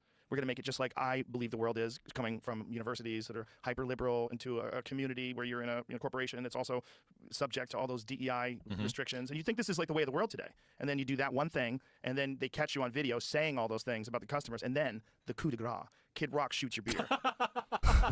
Kid Rock shoots your beer. That's a wrap. Fucking game over. Until you get Shane Gillis. Yeah, Shane Gillis, and then you sponsor the UFC. Like it'll turn back around now. It can turn back around. Shane Gillis on stage with Zach Bryan. Oh shit, that's amazing. When was this? They had a big party in Vegas. Did he sing? Yeah, I mean it's the revival. Which song? Is he singing All Night Revival? Yeah. Oh, that's incredible.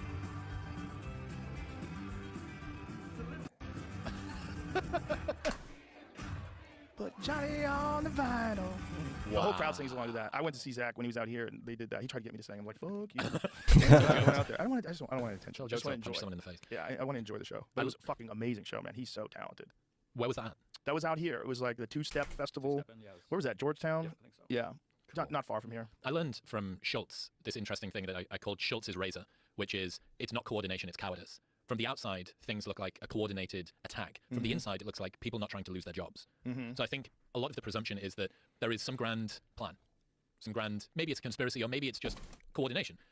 What it is from the inside is this guy has just bought a new house that his wife wanted and his kids go to private school and he needs to keep this job, man. And the thing that is currently being pushed at the moment is, okay, we need to go along with this new campaign. Okay, sure, let's just do this thing. That to me is a much more, I hope that it's true. The reason I hope it's true is it's a much more reassuring way for the world to be, a lot of these incidents. Yeah. Because what it shows is that people are just responding to incentives. And if you can change the incentives, if you can change the social structure of this stuff, you can quite easily change behavior. If it's coordination as opposed to cowardice, that's much more difficult. If everyone's actually bought into this and they're part of some deep state conspiracy and it's all psyopy and all of this stuff, that you go, oh, this is completely out of my control now. And that's much more scary. But I think on balance, based on the stuff that I see, I think that Andrew's right. I think that it is more likely to be cowardice than coordination. Yeah, I think there's definitely both elements. I think specifically with some issues, there's coordination online, and one of the ways they do that is through bots. They do that through social media campaigns that are like fake accounts or hired accounts. There's that too. That does shift the narrative in a certain direction. But there's a lot of people that are terrified that they're going to get fired, and there's a lot of people that are terrified they're going to get labeled or ostracized or kicked out of the social community. So much so they're willing to go along with really ridiculous stuff because they think like that's where the tide of progress is now. This is where the world is. And you know, you're seeing both things happen. You're seeing cowardice, and you're also seeing coordination. It's kind of naive to think that if you were a world power that is doing everything you can to sort of like balance things in your favor, including launching spy satellites, establishing a space force, ramping up your nuclear capabilities, developing these weapons that fucking shred people with precise impact. For sure, you're gonna do whatever you can to change the way a society views things and to influence things in a particular direction. You'd be a fool not to. I mean, if that's what other countries are doing, you'd be a fool not to do that. You'd be a fool not to do it internationally. You'd be a fool not to do it locally. It's kind of the job of the person that's the evil fuck that's, you know, running the world. Like, that's part of the gig. Part of the gig is if you want to lie to people about the economy, you want to gaslight them about the record of the president, and gaslight them about the immigration crisis, and gaslight them about how much money we're spending on these overseas wars. You would gaslight them online, too. You wouldn't just have the fucking White House press secretary lie and make shit up. You'd have a bunch of people doing it all over the internet. You'd have a bunch of articles written that are just ridiculous, and then people would retweet them. Yeah, his age really is a superpower. Yeah, man. Seth MacFarlane retweeted that and said, this is a million brave, crazy, so brilliant that they did this. I can't. What did he say? Seth MacFarlane Stunning and brave. It wasn't stunning and brave. No, he didn't say it like that. He's a funny guy, but he said something like, "This is written better than I could have written it." But exactly my sentiments. I was like, "This is so crazy. You're talking about a guy who can't speak. We all know you're doing this. You're gaslighting, and you're doing it because you think that this is the good side and the bad side's bad, and you do whatever you can to change the way people view things. And so you have these people that are doing it for virtue signaling. They're doing it to signal to the tribe that they're a strong, dominant member of this tribe, and they're fighting for you. Yeah, there's something that I've been rattling around in my brain for some time, and Bill McBidden finally articulated here better than I ever could. It's worth a read from start to finish. Opinion. Age matters, which is why Biden's age is his superpower. Come on. That actually sounds like a Family Guy sketch. 100%. Well, definitely a South Park sketch. It's crazy to say. But if you are that guy and, you know, you're signaling to the tribe and you wanted to, like, a rational person who is a left progressive person would say, we have to figure this out. This is bad. This is bad. You can't just pretend it's good. The whole other side sees how bad it is. The world sees how bad it is. People in quiet say how bad it is. Most people in hush when they're alone having dinner, you're like, what the fuck do we do? Like, Trump's going to win with this guy. Yep. I don't think, no matter who wins in November, I don't think that either side is going to accept the outcome. No way, not anymore. I think we saw 1-2 elections ago, the final accepted, and even that wasn't, right? That was, there's Russia collusion and all the rest of it. And then how much are we going to see of organized violence? How much are we going to see of organized protesters? Organized protesters are a real thing. Funded protesters are a real thing. Did that stuff turn out to be real about the piles of bricks? Yes. The piles of bricks? Yes. During the George Floyd riots.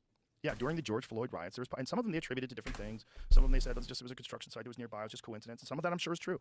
But the people that I talked to that said that no, stacks of bricks would just show up on their block. Like, what? The net result of all of this, I think, is people just feeling very uncertain about the future. I don't think that anyone's really convinced of any one narrative at the moment, but everybody is just uncertain and anxious. There's some really interesting surveys showing that the number of Americans that say, I do not fully feel in control of my life, just continues to go up. There's very much a externalized sense of agency. You know, it's I don't happen to the world happens to me. Yeah. I'm skeptical about a lot of these things. It's basically a soup for ambient anxiety. Yeah. It's just causing people to be uncertain about stuff. And if you were trying to make people just feel more and more and more shitty, all that they're doing is spending time inside on their phones, they're watching porn, they don't have as many friends. The number of men in 1990 that had one or more close friends was, that had 0 close friends was 3%. In 2020, it was 15%. So it 5x'd from 1990 to 2020. So people are more isolated than ever before. It doesn't surprise me that people feel despondent or nihilistic or fatalistic or uncertain, or it's not good. And then they're being manipulated. Great. On top of that. So you're already vulnerable, you're already scared. And when you have more of an isolation from community, you're more likely to get sucked into subgroups. You're more likely to get sucked into echo chambers. Because like finally you have some people that are connecting with you. You don't have any connection. It's like part of this little social dance you're doing.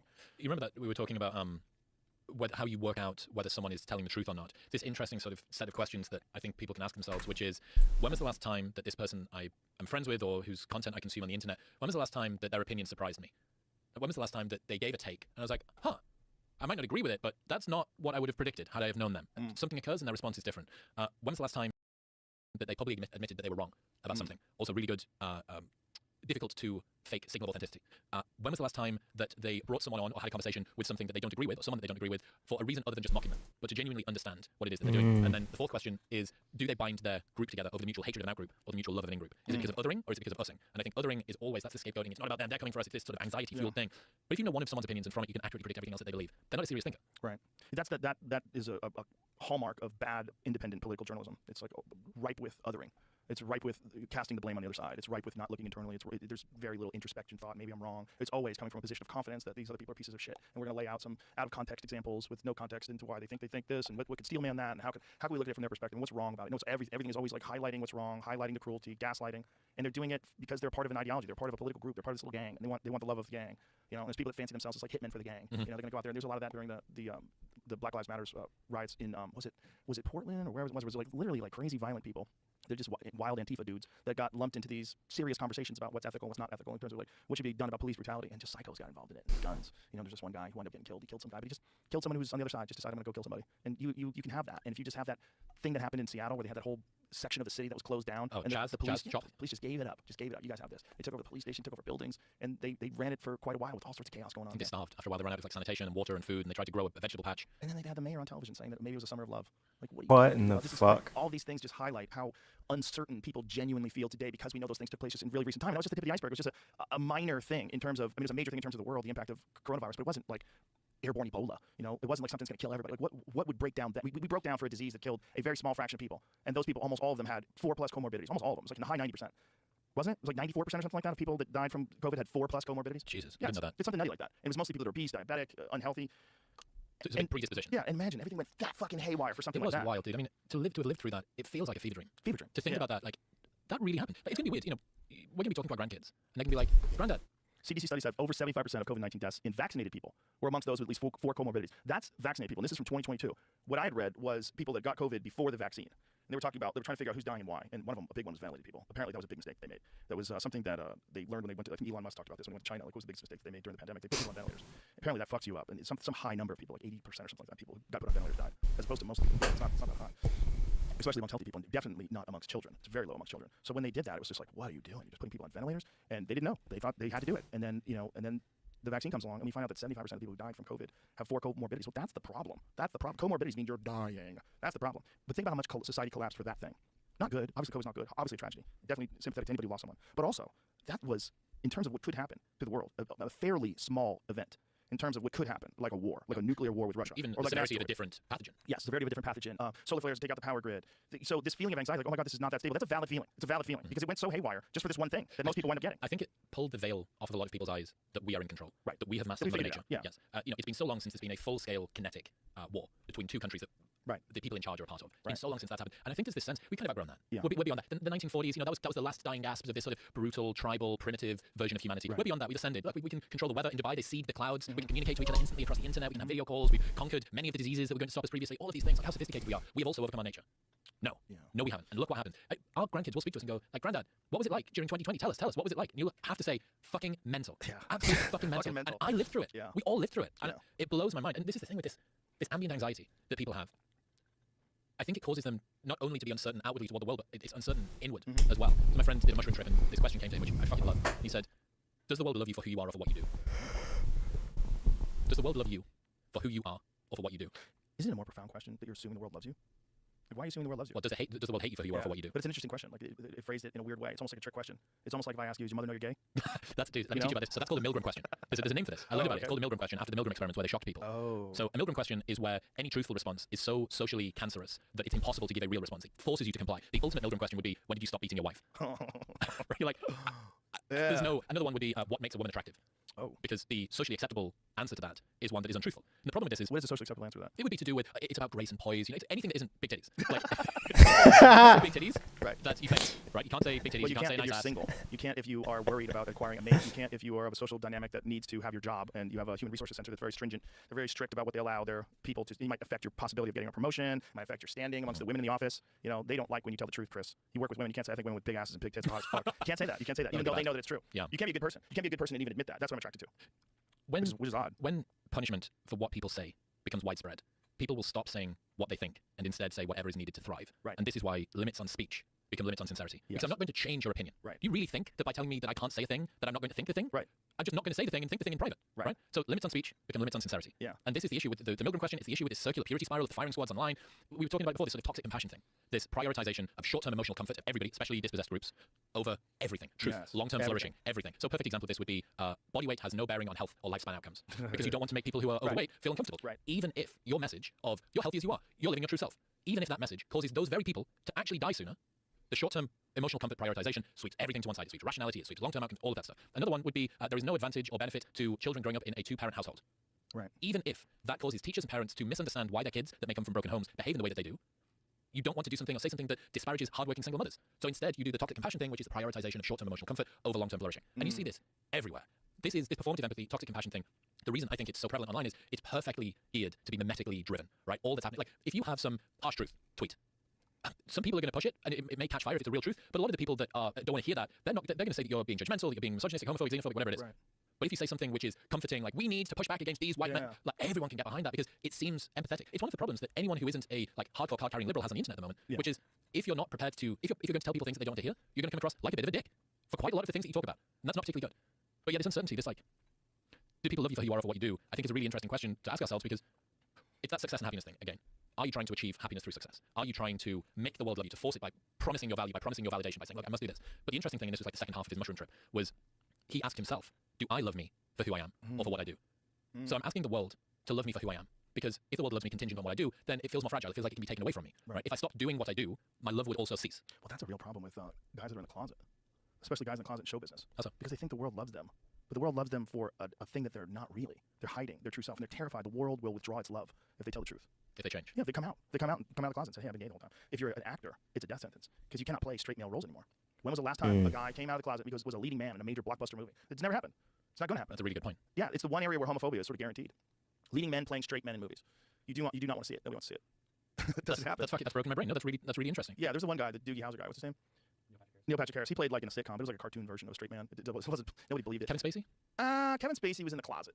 He was in the closet for a long time. I mean, he came out of the closet when he got accused. Remember? That's really when he came out of the closet. Everybody kind of knew he was gay. People that worked with him certainly knew he was gay, but I think publicly it wasn't something that he acknowledged. But it's a thing where, and he's an older man too. It's a different sort of thing, you know. But if you're a young, handsome movie star, Daniel Craig type character, people find out you're gay. Like, no one wants you making out with that girl anymore. I don't buy it. You know? Yeah. It's interesting. Yeah. It's interesting because it's that. So I would imagine if you were one of those people, and I know a couple of guys that are in the closet, and I've encouraged one of them as a friend of mine to try to come out. Not a good friend. He lives back in LA. But he wanted to, then he would not, and he wanted to, and he would not. I go, well, if you ever do, you know, people still love you, man. I swear to God, it's all in your head. Just don't. It'll be a huge weight relieved off you, and you realize how much people just love you. They don't care. No one really cares, especially in the comedy world. God, the comedy world's so open-minded. Like, it's one thing. Are you funny? Everything else is just nonsense. Like, it doesn't matter where you come from, what part of the world. Are you good? Are you funny? If you make people laugh, then you win. And can you hang? Are you cool to hang out with? Or are you just like a psycho that only wants to be the only one that's funny and you hate everybody else is funny? There's just a few of those guys out there too. Yeah, well, that's one of the interesting challenges I think that no one really gets to see about the gamesmanship that goes on behind the scenes. Like, no one knows about how easy Alan Richardson from the new Reacher movie, or Guy Ritchie, or someone else, like, no one knows about how easy they are to work with. But, Right. you know, like, there'll be guys that have been on your show or been on my show or whatever. You're like, I actually quite enjoyed the episode. I find them very difficult to deal with. Like, they're really difficult to deal with outside of that. And just, they're at a disadvantage if they're not very personable. If they're not really, if they don't respond in a timely manner, whatever. Like, They don't understand the dynamics or imbalance between a famous person and a person trying to talk to the famous person. absolutely. All of these things, right? And you're like, well, that puts you at a disadvantage. But that's not anything that's ever going to be front of house. Right. And, you know, you saw this with a number of the late night show hosts recently that kind of, the tide came back in and who was swimming naked or swimming with a whip in their hand or, you know, being mean to the people that they work with, that kind of got shown. And this, again, is that toxic compassion thing. And this comes full circle to what we were talking about. You were saying a lot of people assume kind of the worst of intentions. Here's a little morsel of something. Oh, that's them being a really bad person. Yeah. I think that's because deep down, a lot of the people doing the performative empathy, toxic compassion thing know that they're projecting a lie. They know that they aren't being truthful. That if someone did open the cupboard and have a look inside, that it's full of disgusting, scary lies and fakery and persona and all this stuff. So they assume that theory of mind for everybody else as well. Right. They can't imagine a world in which this slight slip up by somebody couldn't be indicative of their entire personality, because they themselves know that this super cutesy, sweetsy, toxic compassion, performative empathy front is just that. That if you poked it hard enough, there would be a hole and you'd find out that it was hollow inside. Yeah, I think obviously all that's accentuated by social media, and unfortunately, when I really extrapolate, when I really look forward, I think that's the way out of this is mind reading. This is what I'm really concerned with. I'm really concerned with the way out of this being some sort of new level of integration that we're all going to enjoy because of technology. Neuralink type stuff? Yeah, and that would be really a solution to all that ails us in terms of, it would be like Snap Map times a billion. It would be crazy. Everyone would know everything about everybody's thoughts. But then it would be that thing like, hey, what do you got to hide? You know, there's going to be a lot of dummies that are going to go along with that. But you're going to find out how fucking insane a lot of people are too if you can actually look into their mind and see the wiring. Well, I bet that the people who are out front, the most empathetic, kind, loving, caring people, they would be first on my list for get inside that guy's mind. Yeah. Have a look at what he's doing, because I think that he's probably a piece of shit. He might be. Yeah. Well, anyone that's working that hard to be like, look at how nice I am, look at how completely, you know, unfettered snow, completely untouched, all of this stuff. It's always like the male feminists. There's like some of the sneaky things. fuckers. Fucking hell. Have you been observing, or have you been seeing this skew of young boys to the right and young girls to the left in terms of their political perspective? Dude, I think that will be the story of 2024. I think that's the story of this year. This huge breaking of young Gen Z males, teenage boys mostly, to the right, and of girls really sharply to the left. Yeah, you know what's going to change that? An actual hot war. Everybody will go right back over. As long as when the ladies they need men to take care of them, and that the men that have joined their side are all cowards and they're going to cry. Yeah, they go to the other side quick. There's a lot of news stories at the moment about left-leaning girls struggling to find a guy that they're attracted to. Like, you know, none of the guys I'm dating want to hold the door open for me, and none of them really want to pay for dinner. And that's called conservative. Yeah. Like, that's called someone who's right-wing. Yeah, you're looking for all your cake and you want to eat it too. Yeah, but because people date within their political sphere, typically, it's not just a political crisis, it's a mating crisis as well. Right. You know, I think one third of Democrat parents say that they would be afraid of their son or daughter dating a Republican. Wow. So you've got this assortative mating thing, but The fuck? going forward into the political cycle this year, I think that you're going to see not only is it a political war, but it's a gender war too. It's going to be a lot of fun for us, buddy. We're going to have lots to talk about. Lots to talk about. It's going to be like, what a harvest we have coming up. Like, we're farmers. If we were growing pumpkins, it's a banner year, buddy. Look at those. What a year. Chris, you're an awesome guy to talk to. I really appreciate you, and I really enjoy your show. Tell everybody where to watch it. Your set's amazing. The set you set up in LA is really cool too. Thank you. We're working hard at this. I really appreciate you've been super kind, super supportive, so I very much appreciate that. Modern Wisdom, Apple Podcasts, Spotify, wherever else you listen. It's a really good show. I really enjoy it. You're such a great conversationalist, and it's so many of the topics are so well covered. It's just a really solid show, man. I really appreciate you. My pleasure. I appreciate you too. Oh, yeah. Welcome to Texas, motherfucker. We did I'm it. glad you got a Camaro. Bye, everybody. This episode is brought to you by LifeLock. Your tax refund belongs to you, not an identity theft.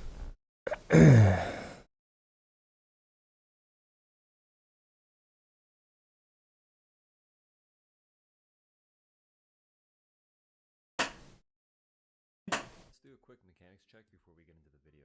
Try to keep your mouse on the target dummy or trace with your finger if you're on mobile.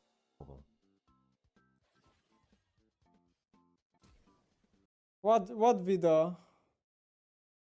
Can you watch his video about WASD key? Okay. Let's do a quick mechanics check before we get into the video. Try to keep your mouse on the target dummy or trace with your finger if you're on mobile.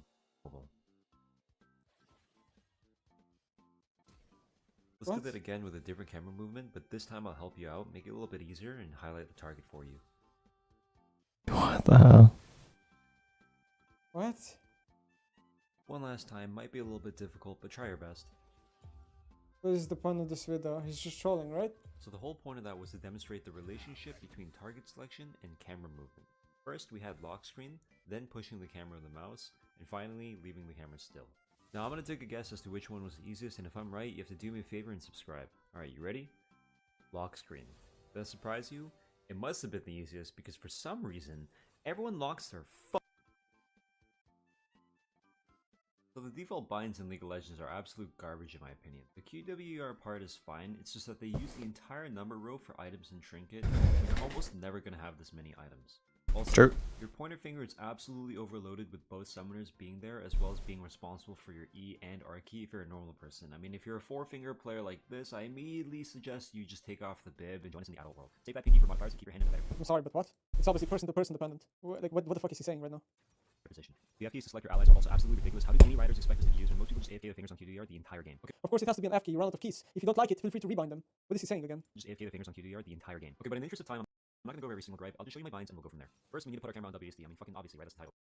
Playing the game with WASD is just bad, man. It's just a bad way to play the game because you're removing 4 important keys from your keyboard for no reason. When you can do all of that with the mouse. So I'm make sure sure you're your better speed's also not 0. For some reason it starts at 0, just move it to 50 by default. Now set up your abilities on 1, 2, 3, 4 and your summoners on QE. This offloads your non-flash bind to your ring finger. Your flash must be on E. This is non-negotiable. This is so not optimal. Must have the most important The Bizel, thank you for the sub. bind because your other fingers are probably worthless in dexterity in comparison. There's no flash on the motherfuckers. The items are the only place I'm okay with people doing alternatives. They tend to not be used too much, and even when they do, 5 and 6 are okay for me because I have long fingers and I play Tetris. But if you're a noob with low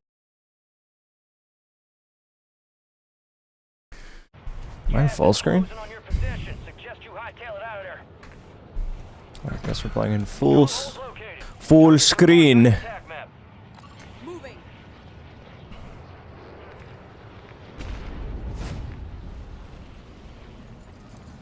Five, 6.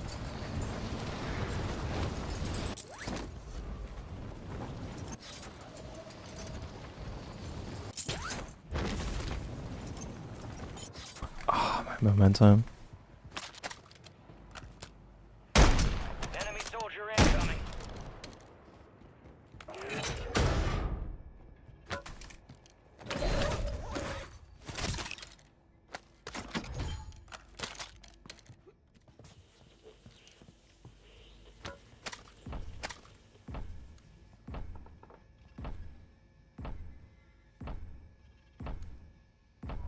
You're losing ground. Move it.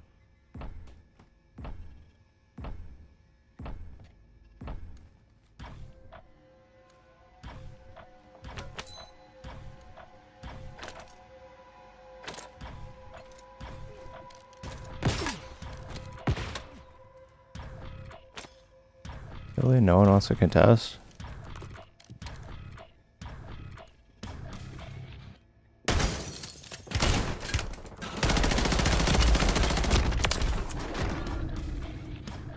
Oh, it's way too close. UAV entering area.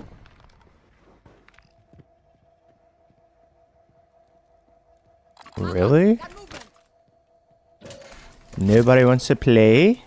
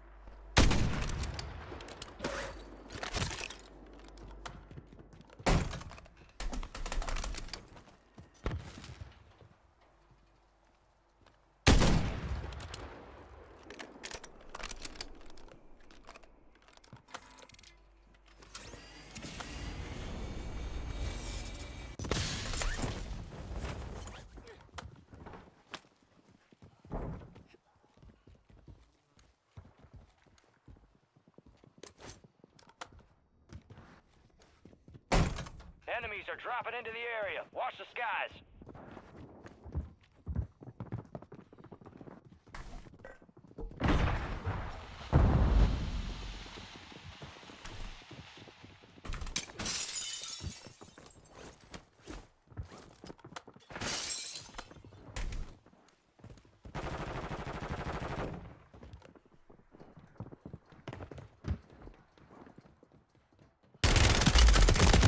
Dude, how can I not hear this guy? I had no idea. I should have just used the UAV. Wow, look at that aim assist. Or is it hacks? Who knows? I had no idea where any of those people were, man. I'm surprised that Tomahawk missed as well. Unfortunate.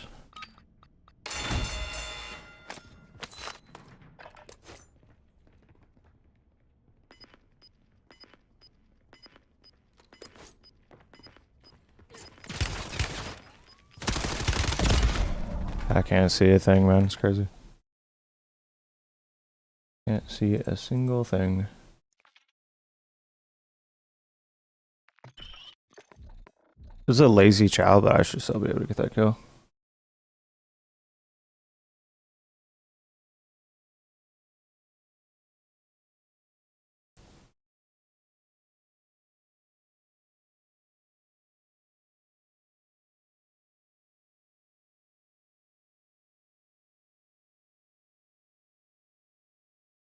That literally went through his body, did it not?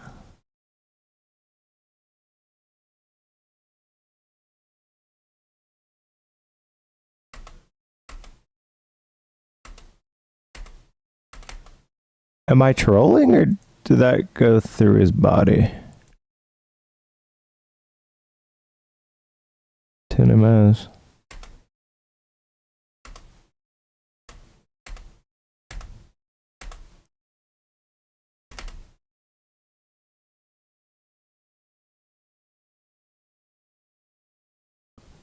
Shooting.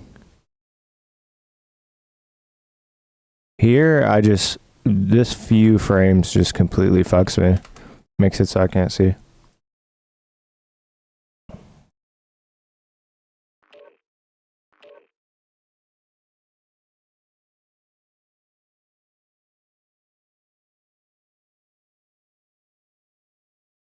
My gun takes up the whole screen.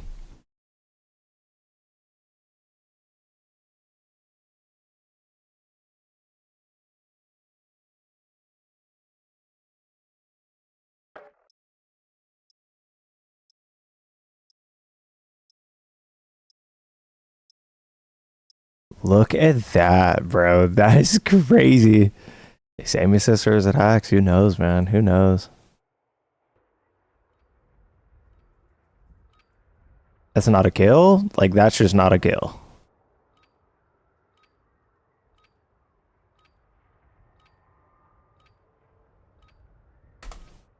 That's not a kill. That's on his dome. Check your gear and weapons. We'll be deploying shortly. That's on his dome, bro. Yeah. That's crazy. Rad shielder. Love it. Love to see it. Drop it into the AO.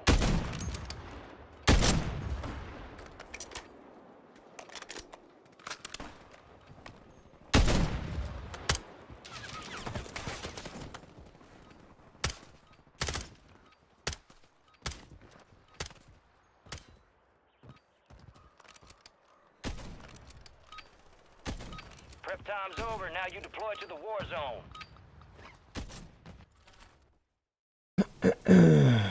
Prep for dust off. We're up in 3 mics. Let's move. Here we are. Low APM and or short triggers, you can just bind into a cluster button or even like a mouse button. As for your trinket, just use a no mouse button saves you a bind. Now before I give you tips on how to use these binds, you need to understand a couple of things so you know why you're using these binds. Now before we go further, we first have to talk about DPI. DPI stands for dots per inch, and to put it super simply, it's basically just how quickly your cursor moves relative to how much you're moving the actual physical mouse. Again, to put it really simply, a lower DPI means that you have to move your wrist/arm if you're disciplined a lot more, but the slower cursor movement allows you to be a lot more accurate. And a higher DPI means you don't have to move as much, but you'll probably be a lot less accurate given that your cursor jumps around a lot faster. Ultimately, it's a preference thing, but I will recommend that you become a lower DPI player around 800 or so, especially with these binds, and just get used to picking up your mouse if you have low mouse pad space and incorporating the arm a lot more to take the load off your wrist for longevity. Just for example, this is how much I have to move to get my cursor from one side of the screen to the other. I think that's retarded, but okay. That is fucking terrible in League of Legends. That's good for a shooter game, but it's a horrible DPI for League of Legends. Why I recommend this is because if you don't have to move the camera with your mouse anymore, you can place your cursor where it needs to be at all times in the game accurately with a lower DPI. Now remember at the start of the video where I had you track people with your mouse? I want you to watch some of the game. Bro, there's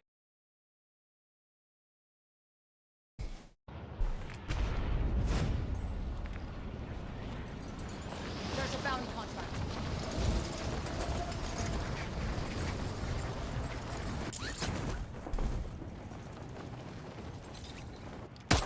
Enemy soldier incoming.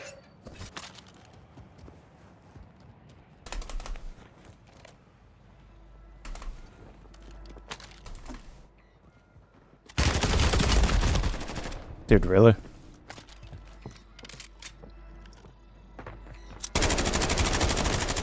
Oh, look at the headshots, man.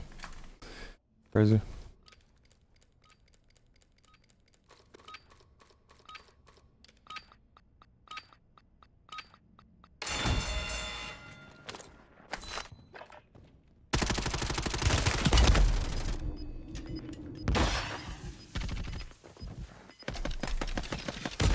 Dude, I can't even see what I'm shooting at, bro. It's crazy. There's not a single pro player that I know that plays WASD that's good at the game. Just pay attention to where my character, camera. This is crazy, bro. I just cannot see what I'm shooting at.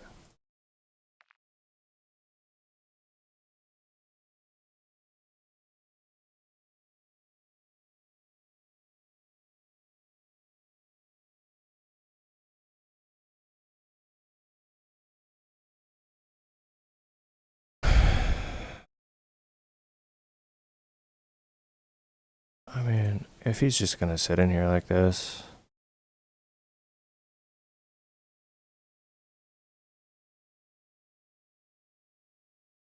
He damages me first. I should have slid past the door maybe, but it's just the amount of headshots he gets is just.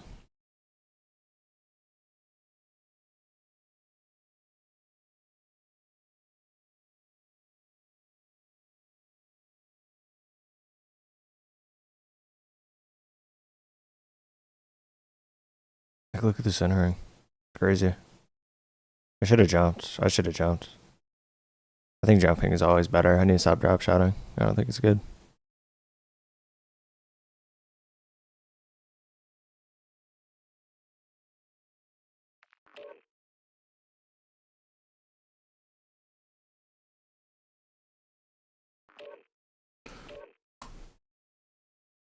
Drop shotting's only good if you're on top of them.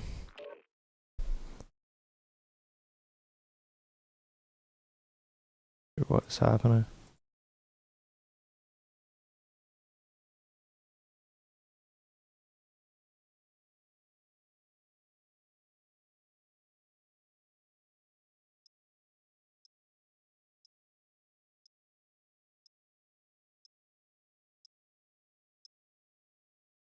Why is it so choppy?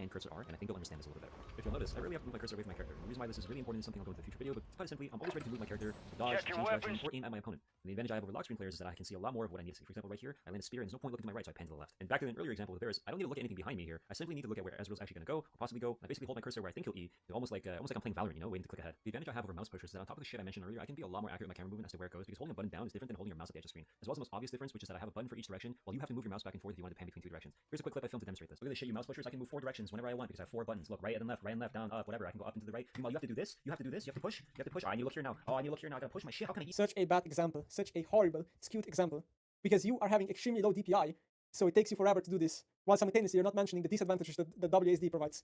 Such a horrible, skewed example to prove a point in the video. EQ and do it at the same time. Fuck you. Also, for the people who hold down spacebar the entire time to center camera and release it when needed, first of all, what the fuck? But also, if you're used to that kind of jarring movement, absolutely go ahead. That's totally fine. But I would just generally. Yeah, I feel bad anyone watching this. This video is just completely misinformation for every bad player. It's like so fucking sad. Like, it's just a live meter is a maximum here. Really recommend a smoother process. Okay, to summarize, we have 3 distinct ways of playing. I'm not saying that they're the only ways to play. I'm just making it simple. You can obviously do a combination of things. I'll link you this timestamp if you're nitpicking, so you can shut the fuck up. All right, we have purple lock screen, pushing the camera while centering spacebar, and WASD buy-ins. Here are the pros and cons. Pros and cons, yeah, middle one's by far the best, and the other two are irrelevant. Screen allows you to never worry about moving the mouse to the edge of the screen, but you'll inevitably miss details off screen because you're too busy staring at yourself. Pushing the camera manually while centering with spacebar allows you to see more, but your cursor will have to constantly readjust to the centering as well as pushing. You're probably a high DPI player and have terrible accuracy as a result because you have to manage pushing the screen. That is such black and white view, and it is so fucking wrong again. This is just live meter maximum. This is just assumption. It's just a random assumption with no fucking backup to the claim. It's so stupid. It is so stupid. Live meter is legit on maximum. Yeah, you don't need a slow DPI to be accurate. There's literally pro players like Showmaker or whatever who has like 5k DPI, and they're the best players in this video game. League of Legends has really forgiving hit.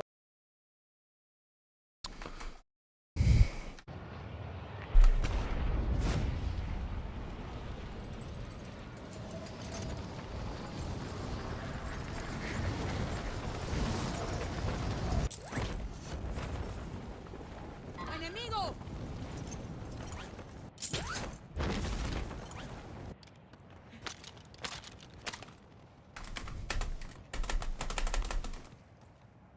Moving into the hostage. If I lost that fire, I was gonna be so pissed.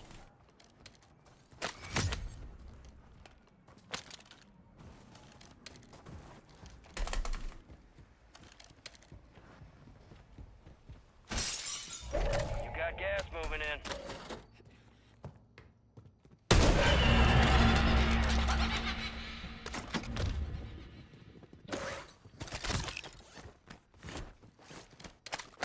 Dude, what's happening?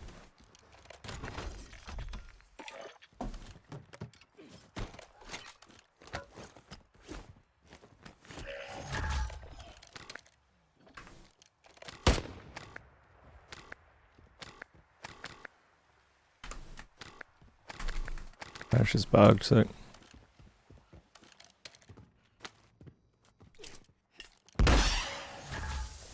You have a buy station inbound.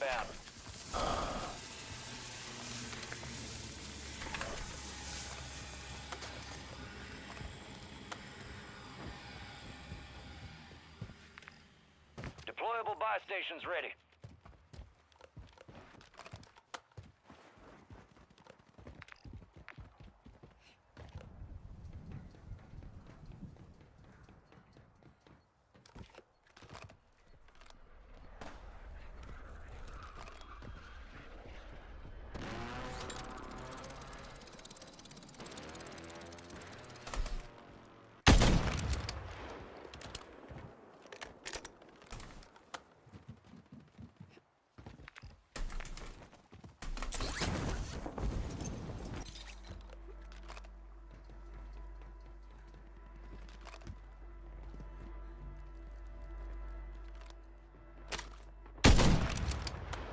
Hostile located.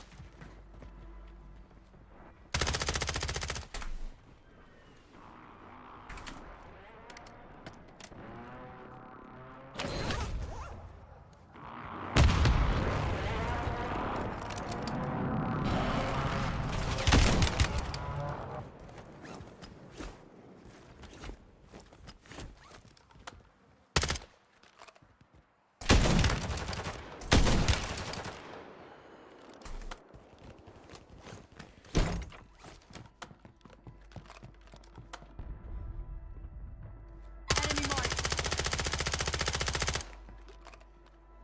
Oh my god, dude. What are you doing? Play the damn game. Jeez, man. So sad.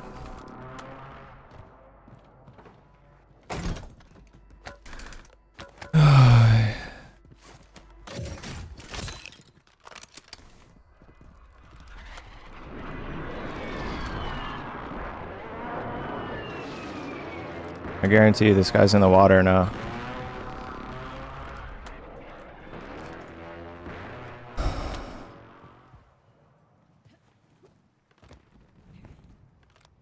So sad. You got a loadout We drop got a inbound. loadout drop moving.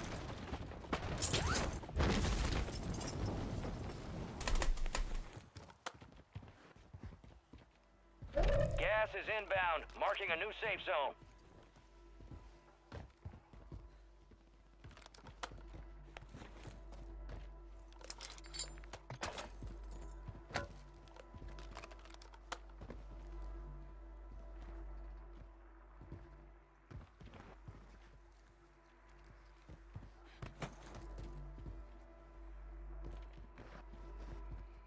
I feel weird right now, man. ¡Le volé la cabeza!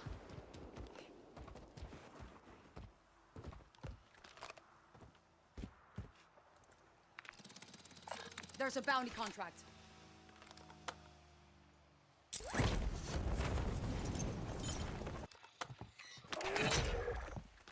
Bounty targets are up. Get after 'em. Enemy movement.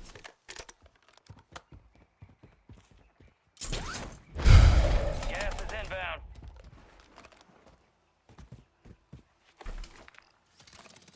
Cancel last.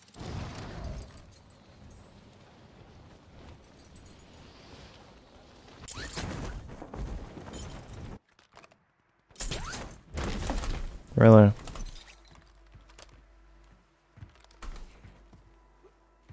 I love that.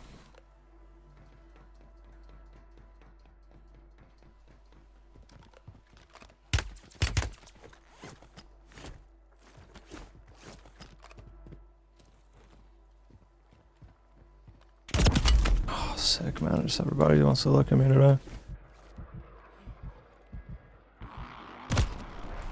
Really? How does he see me? He's hacking. He's just hacking. That's just straight up hacks. Sick, dude. Level 6 as well. Hits both shots. Fight to earn redeployment. Looking at me through the wall. There. Right. Live ping doesn't last that long, and there's no way that he's hitting both those shots. Level 6. Right. I should have typed something. I forgot that I should do that.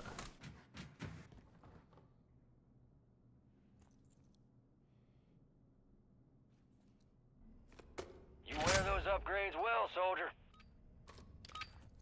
I think I gotta restart stream.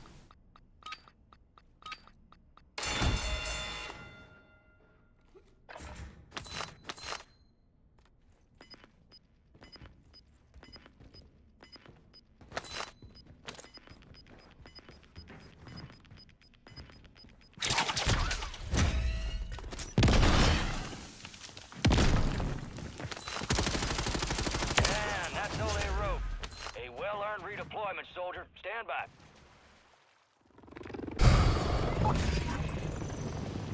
Moving here.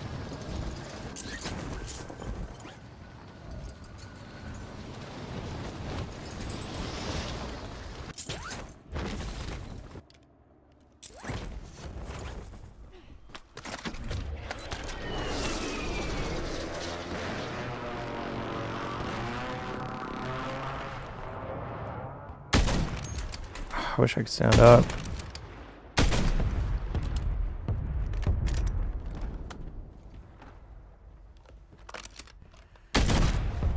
Gas is closing in. Get to the new safe zone. With that, with the idle sway as well. I guess I was standing still. I hit him too. It's annoying. Alright, do I need to stop stream? What is happening here?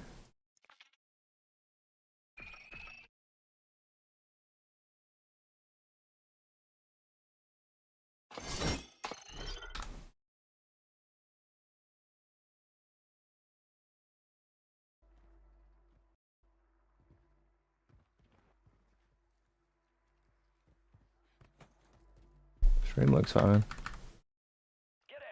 Enemy movement. My fingers hurt today. Bounty targets are up. Get after 'em. Enemy movement. Bounty targets are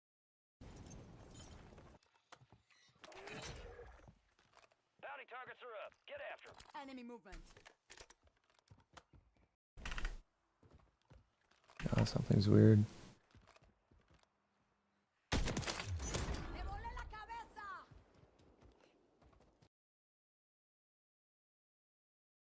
Something's weird.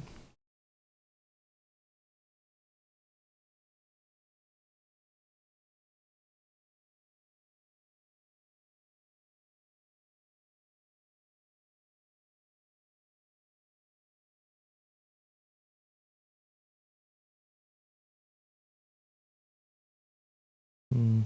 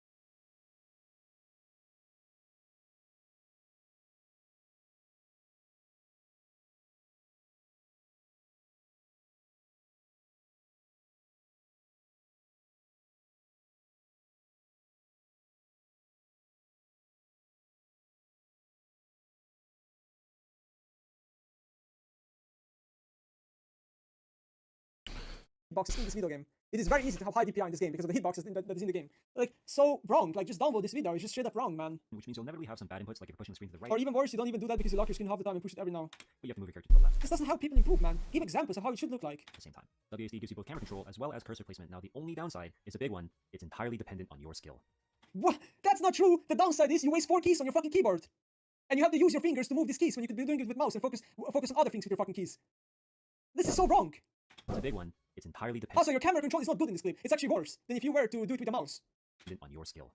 So how do you actually get good at this? Well, simple. Make sure your resting posture is on WSD, and whenever you need to use abilities, just move your hand from 1 to 4. Seriously, that's it. Just move your hand back and forth. Yeah, I wonder. Yeah, that sounds real efficient, guys. How are we gonna use our items and sound spells and everything fucking else that we have to use? How are we gonna use our trinket? How are we gonna AFK to our teammates? Huh? How are we gonna do any of that with that fucking setup? We can't because we're incompetent. Between WSD and 1, 2, 3, 4. You don't have to do both at the same time, as long as you are constantly pushing your camera to where it needs to be before the action happens. If for some reason this is just so wrong, man. Apparently, camera lock is this wrong. Does that make me a bad player? I mean, it's not wrong, but it's not optimal.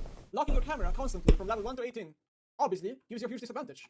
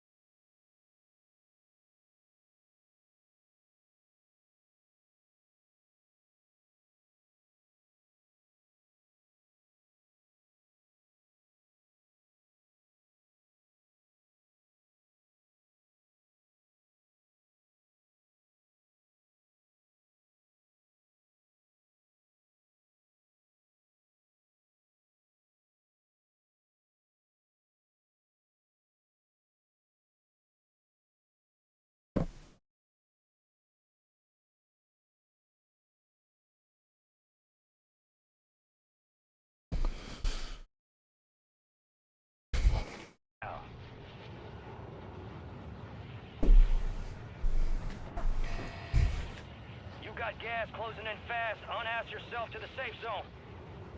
Be advised, gas drop is inbound. Let's get it.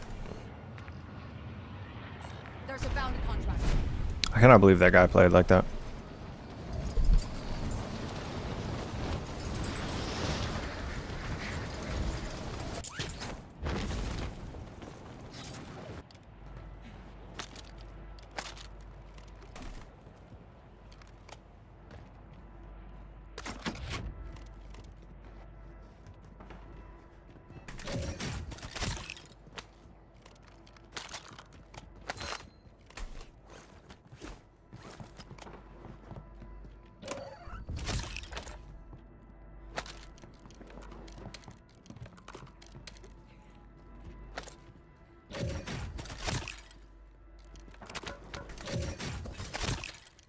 Gas is closing in.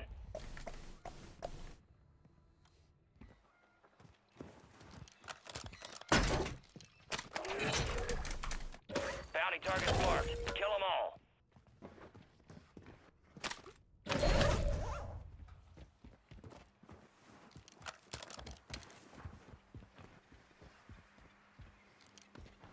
Yeah, what the heck? Skipped frames.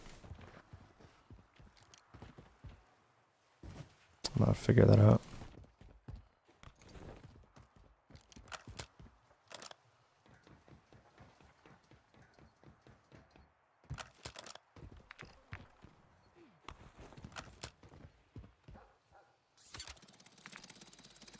Moving.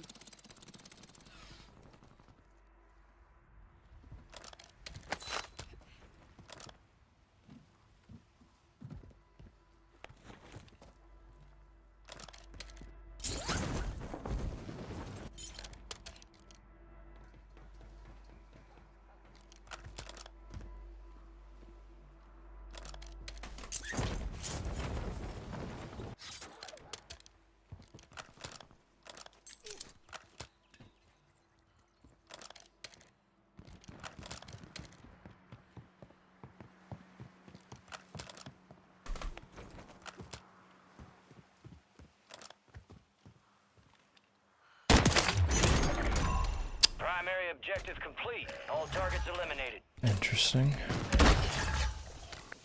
Dude, what is this bug?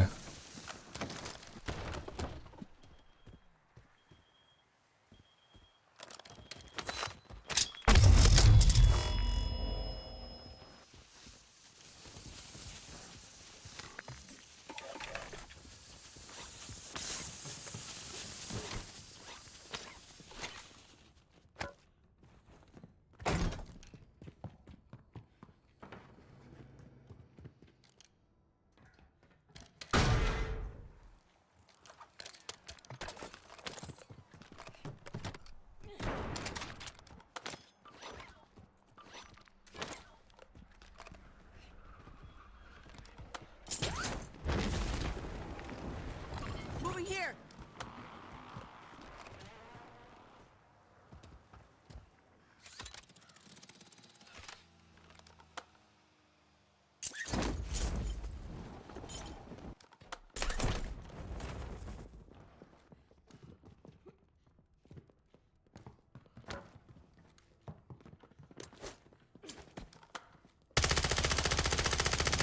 Mierda.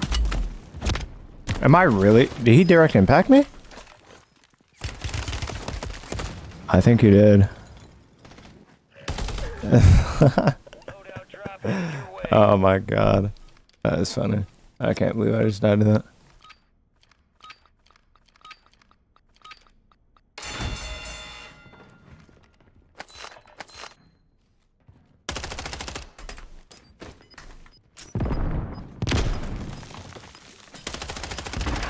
And that's all they wrote. A well-earned redeployment, soldier. Stand by. What is happening? Oh, we're in literal Narnia, sick. Oh, whoa, whoa, whoa, whoa, whoa.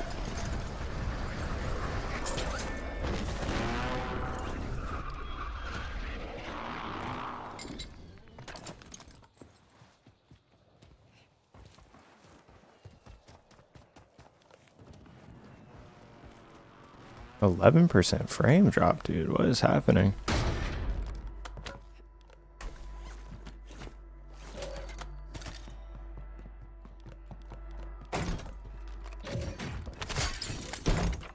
I don't know how I picked those up. I'm not ever gonna use it.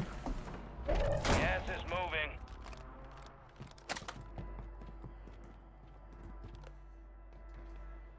God, we are quite literally in Narnia.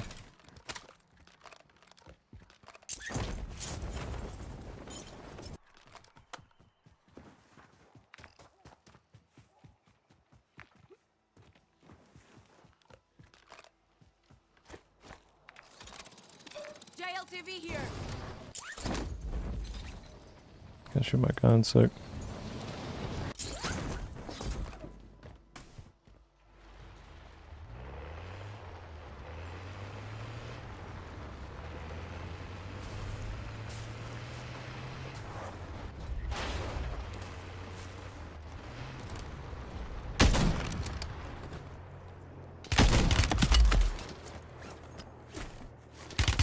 Excuse me?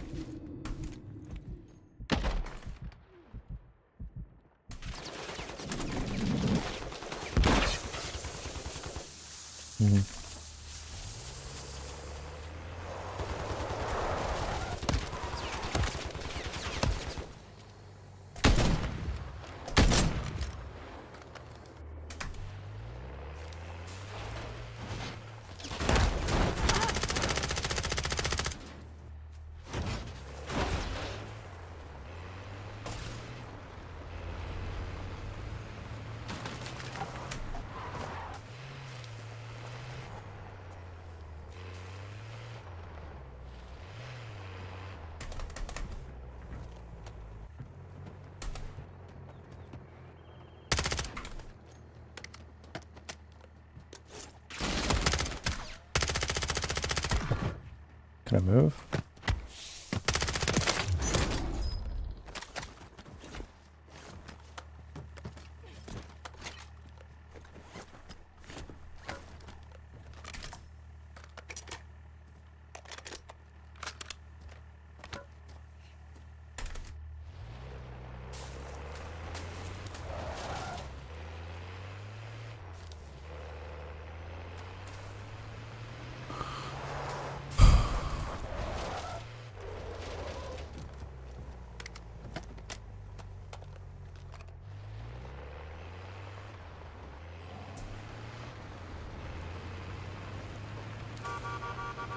Gas is moving in. New safe zone located.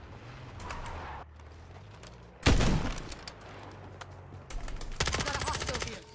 Fire sale active. Buy station prices have been reduced.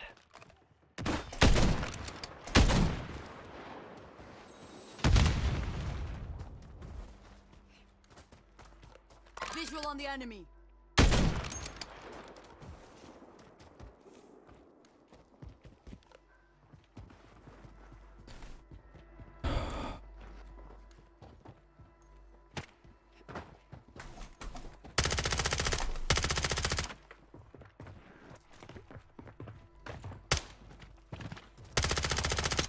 Really?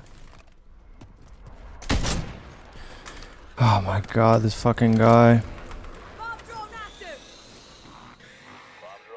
Just fight me, dude. Just fight me. That's what I get for playing this edge of the map. Nobody wants to play the game at all. Oh my god.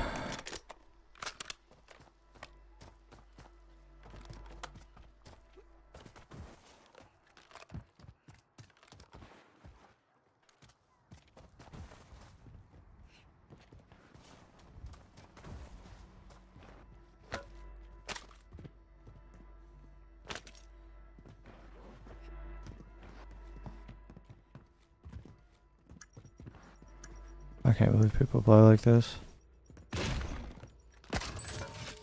Fire sale's over. Adjusting prices.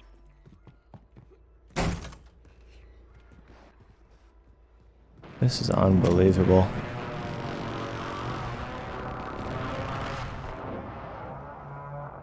Oh my god, man. Hunt contract here.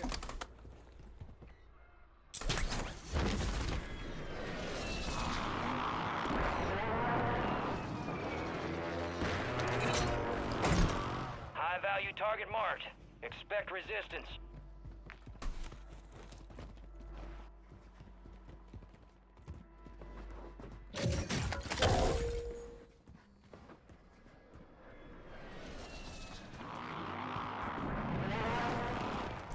I don't want to play anymore, dude. This is so annoying.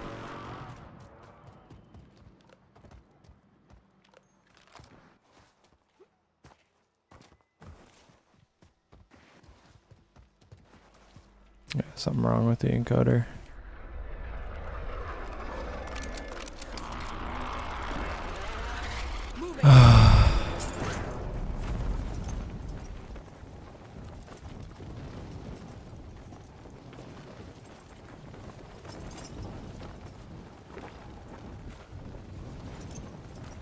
Moving here.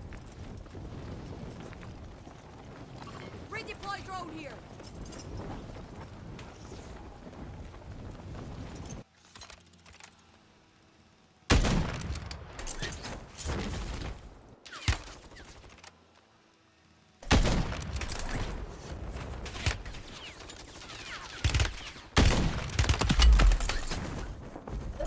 Got gas inbound. Safe zone relocated.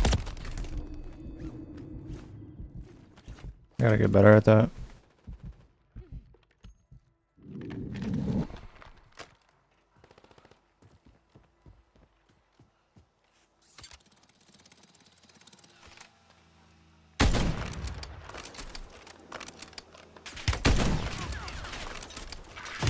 All stations, a jailbreak is active. Moving.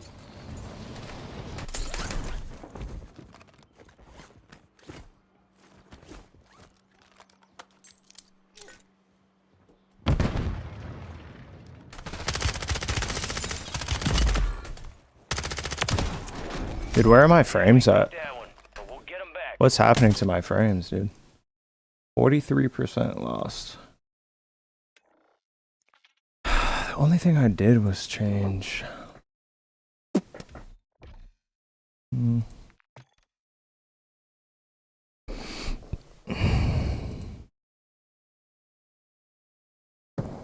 Hmm.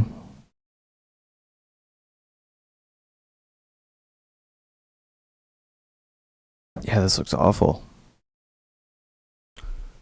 Wonder what's happening.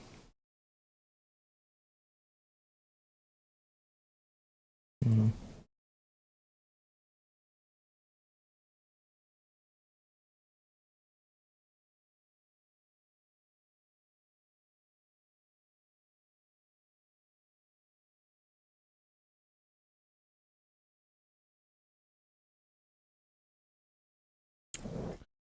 I wonder if it's a bitrate difference.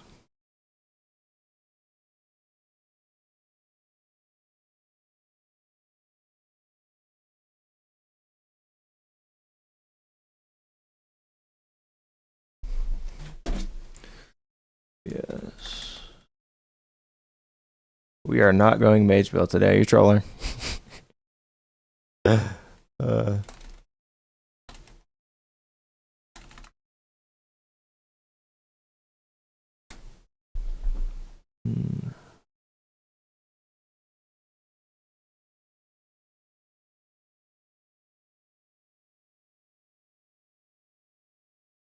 You've come to the wrong stream, my friend. You have come to the wrong stream.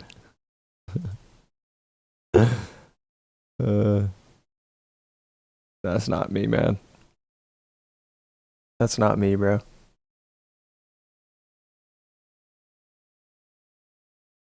That is just a clear exploitation of game mechanics. Don't do it. Listen to me, bro. Do not do it. Don't do it. If you haven't fallen in love with it already, don't do it. I'm telling you, bro, do not do it. Don't do it. Contemplating downloading Warzone. No. Don't. Do not.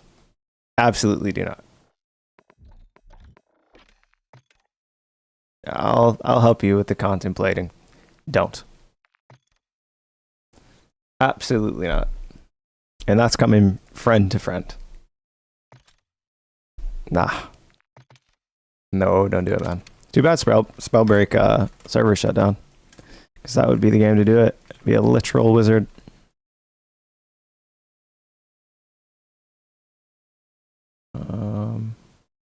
Yeah, dude, I'm getting some. I'm having some problems recording for some reason.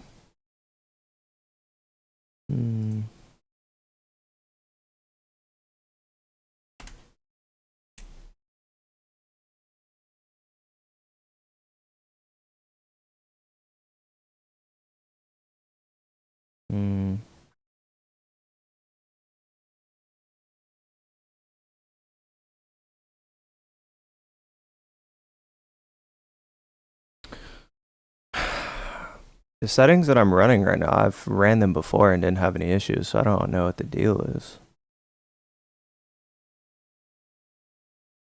I don't know what the deal is.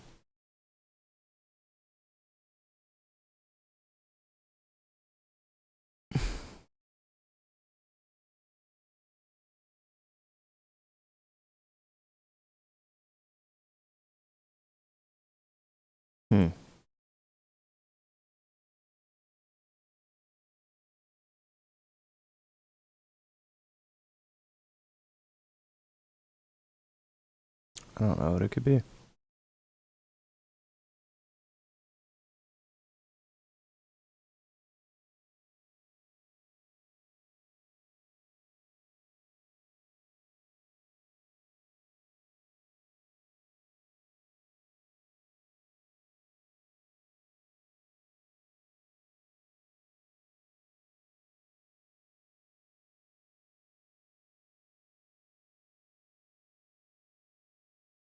Yeah, I don't know why it's doing this.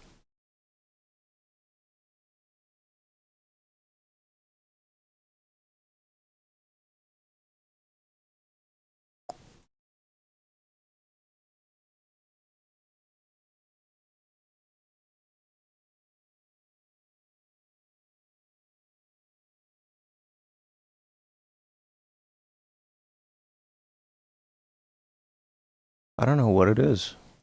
I mean, I don't think that this is it.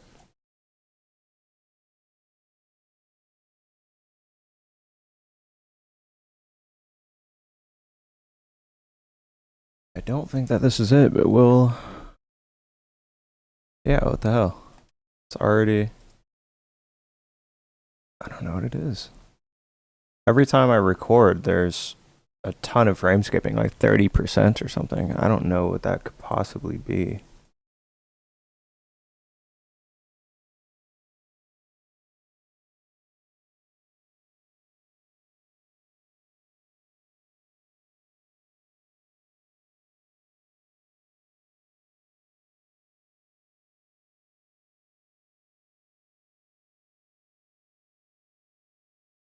I don't know what that could possibly be. Like the recording just... The stream looks okay, but the recording is just absolute dog. Like just skipping and stuff, it's unwatchable. I don't know what it is. I'm not figuring it out. Like I just pressed record 14 seconds ago, and I've already lost 30 frames out of 7,000. It's like almost 1% right now. But it'll get to like 40 as the... Oh, I love that. Oh, he's got a gun already. Where did he land? Oh, I didn't hear this guy. I mean, I guess I am talking and shit. Like we're already at 2% now, and it's climbing. I don't know what the deal is.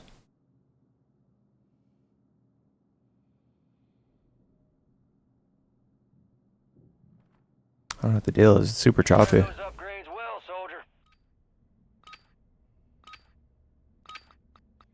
I don't know what the deal is. I'll figure it out.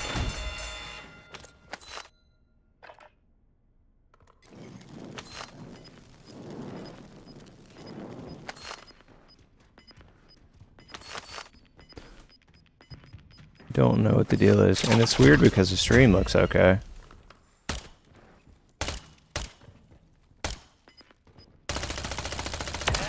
The stream looks okay, but the recording is just really bad. Is this a good one? This might be a good one. Look at this. Like, this is the recording quality. It looks terrible. I don't know what the deal is, but I'm gonna have to figure it out. Cabron, nice redeploy drone here.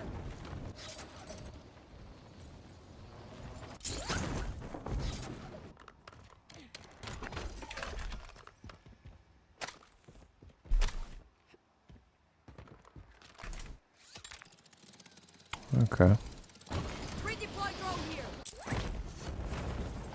Kovaaks, moving here. Wish I could shoot in the air, but I can't.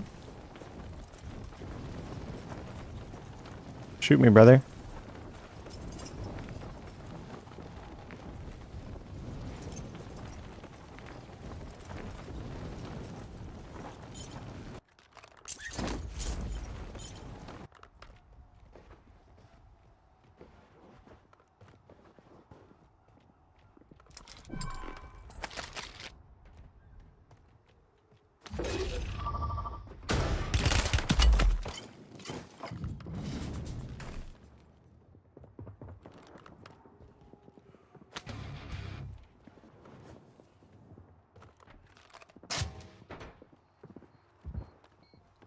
Interesting tactics.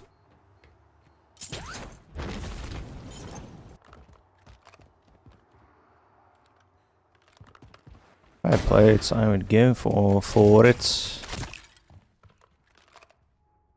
Bro, you just gonna let me rob your money and dip?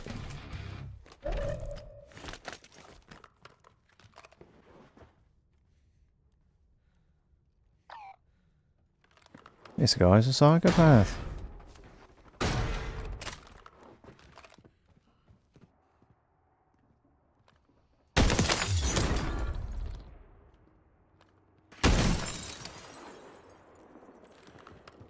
Doesn't want it.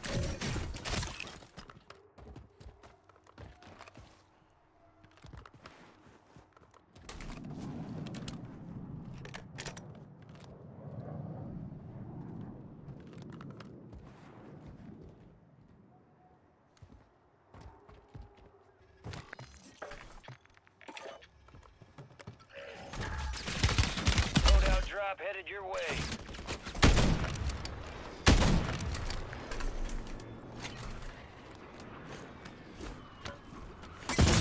Sick.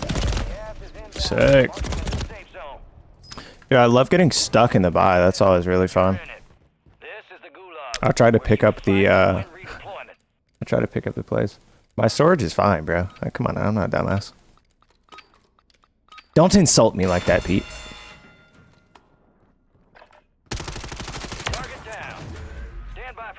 I don't know what it is, and I've run the exact same settings before, and haven't had any issues, so I don't know what the deal is.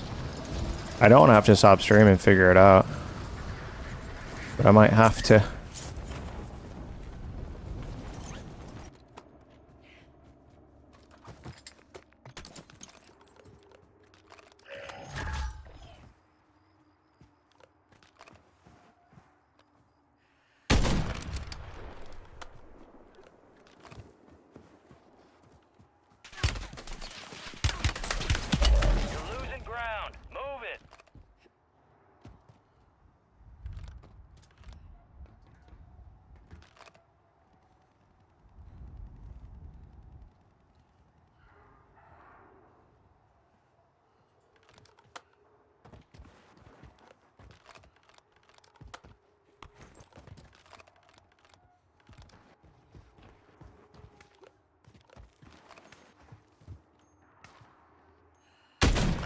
Not a kill. Interesting.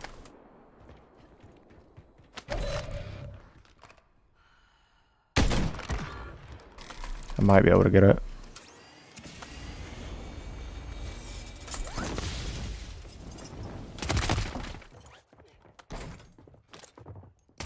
Oh, come on. The audio. Don't have it at all. Also had no plates. I don't know what the deal is. Other week was wondering what's going on, and AMD decided to record 12 hours. Wow. That's funny. I don't know what the deal is. I mean, the only thing I've changed is I've raised the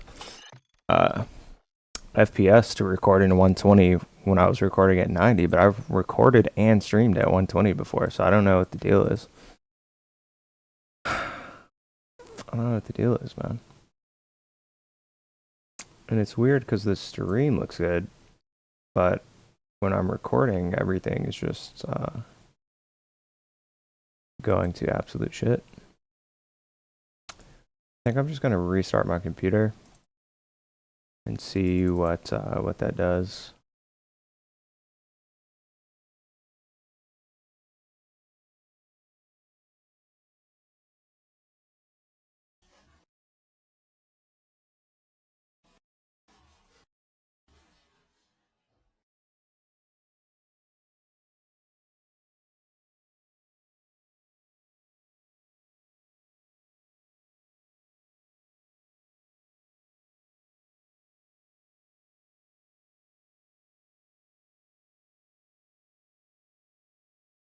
All right, I'm gonna restart.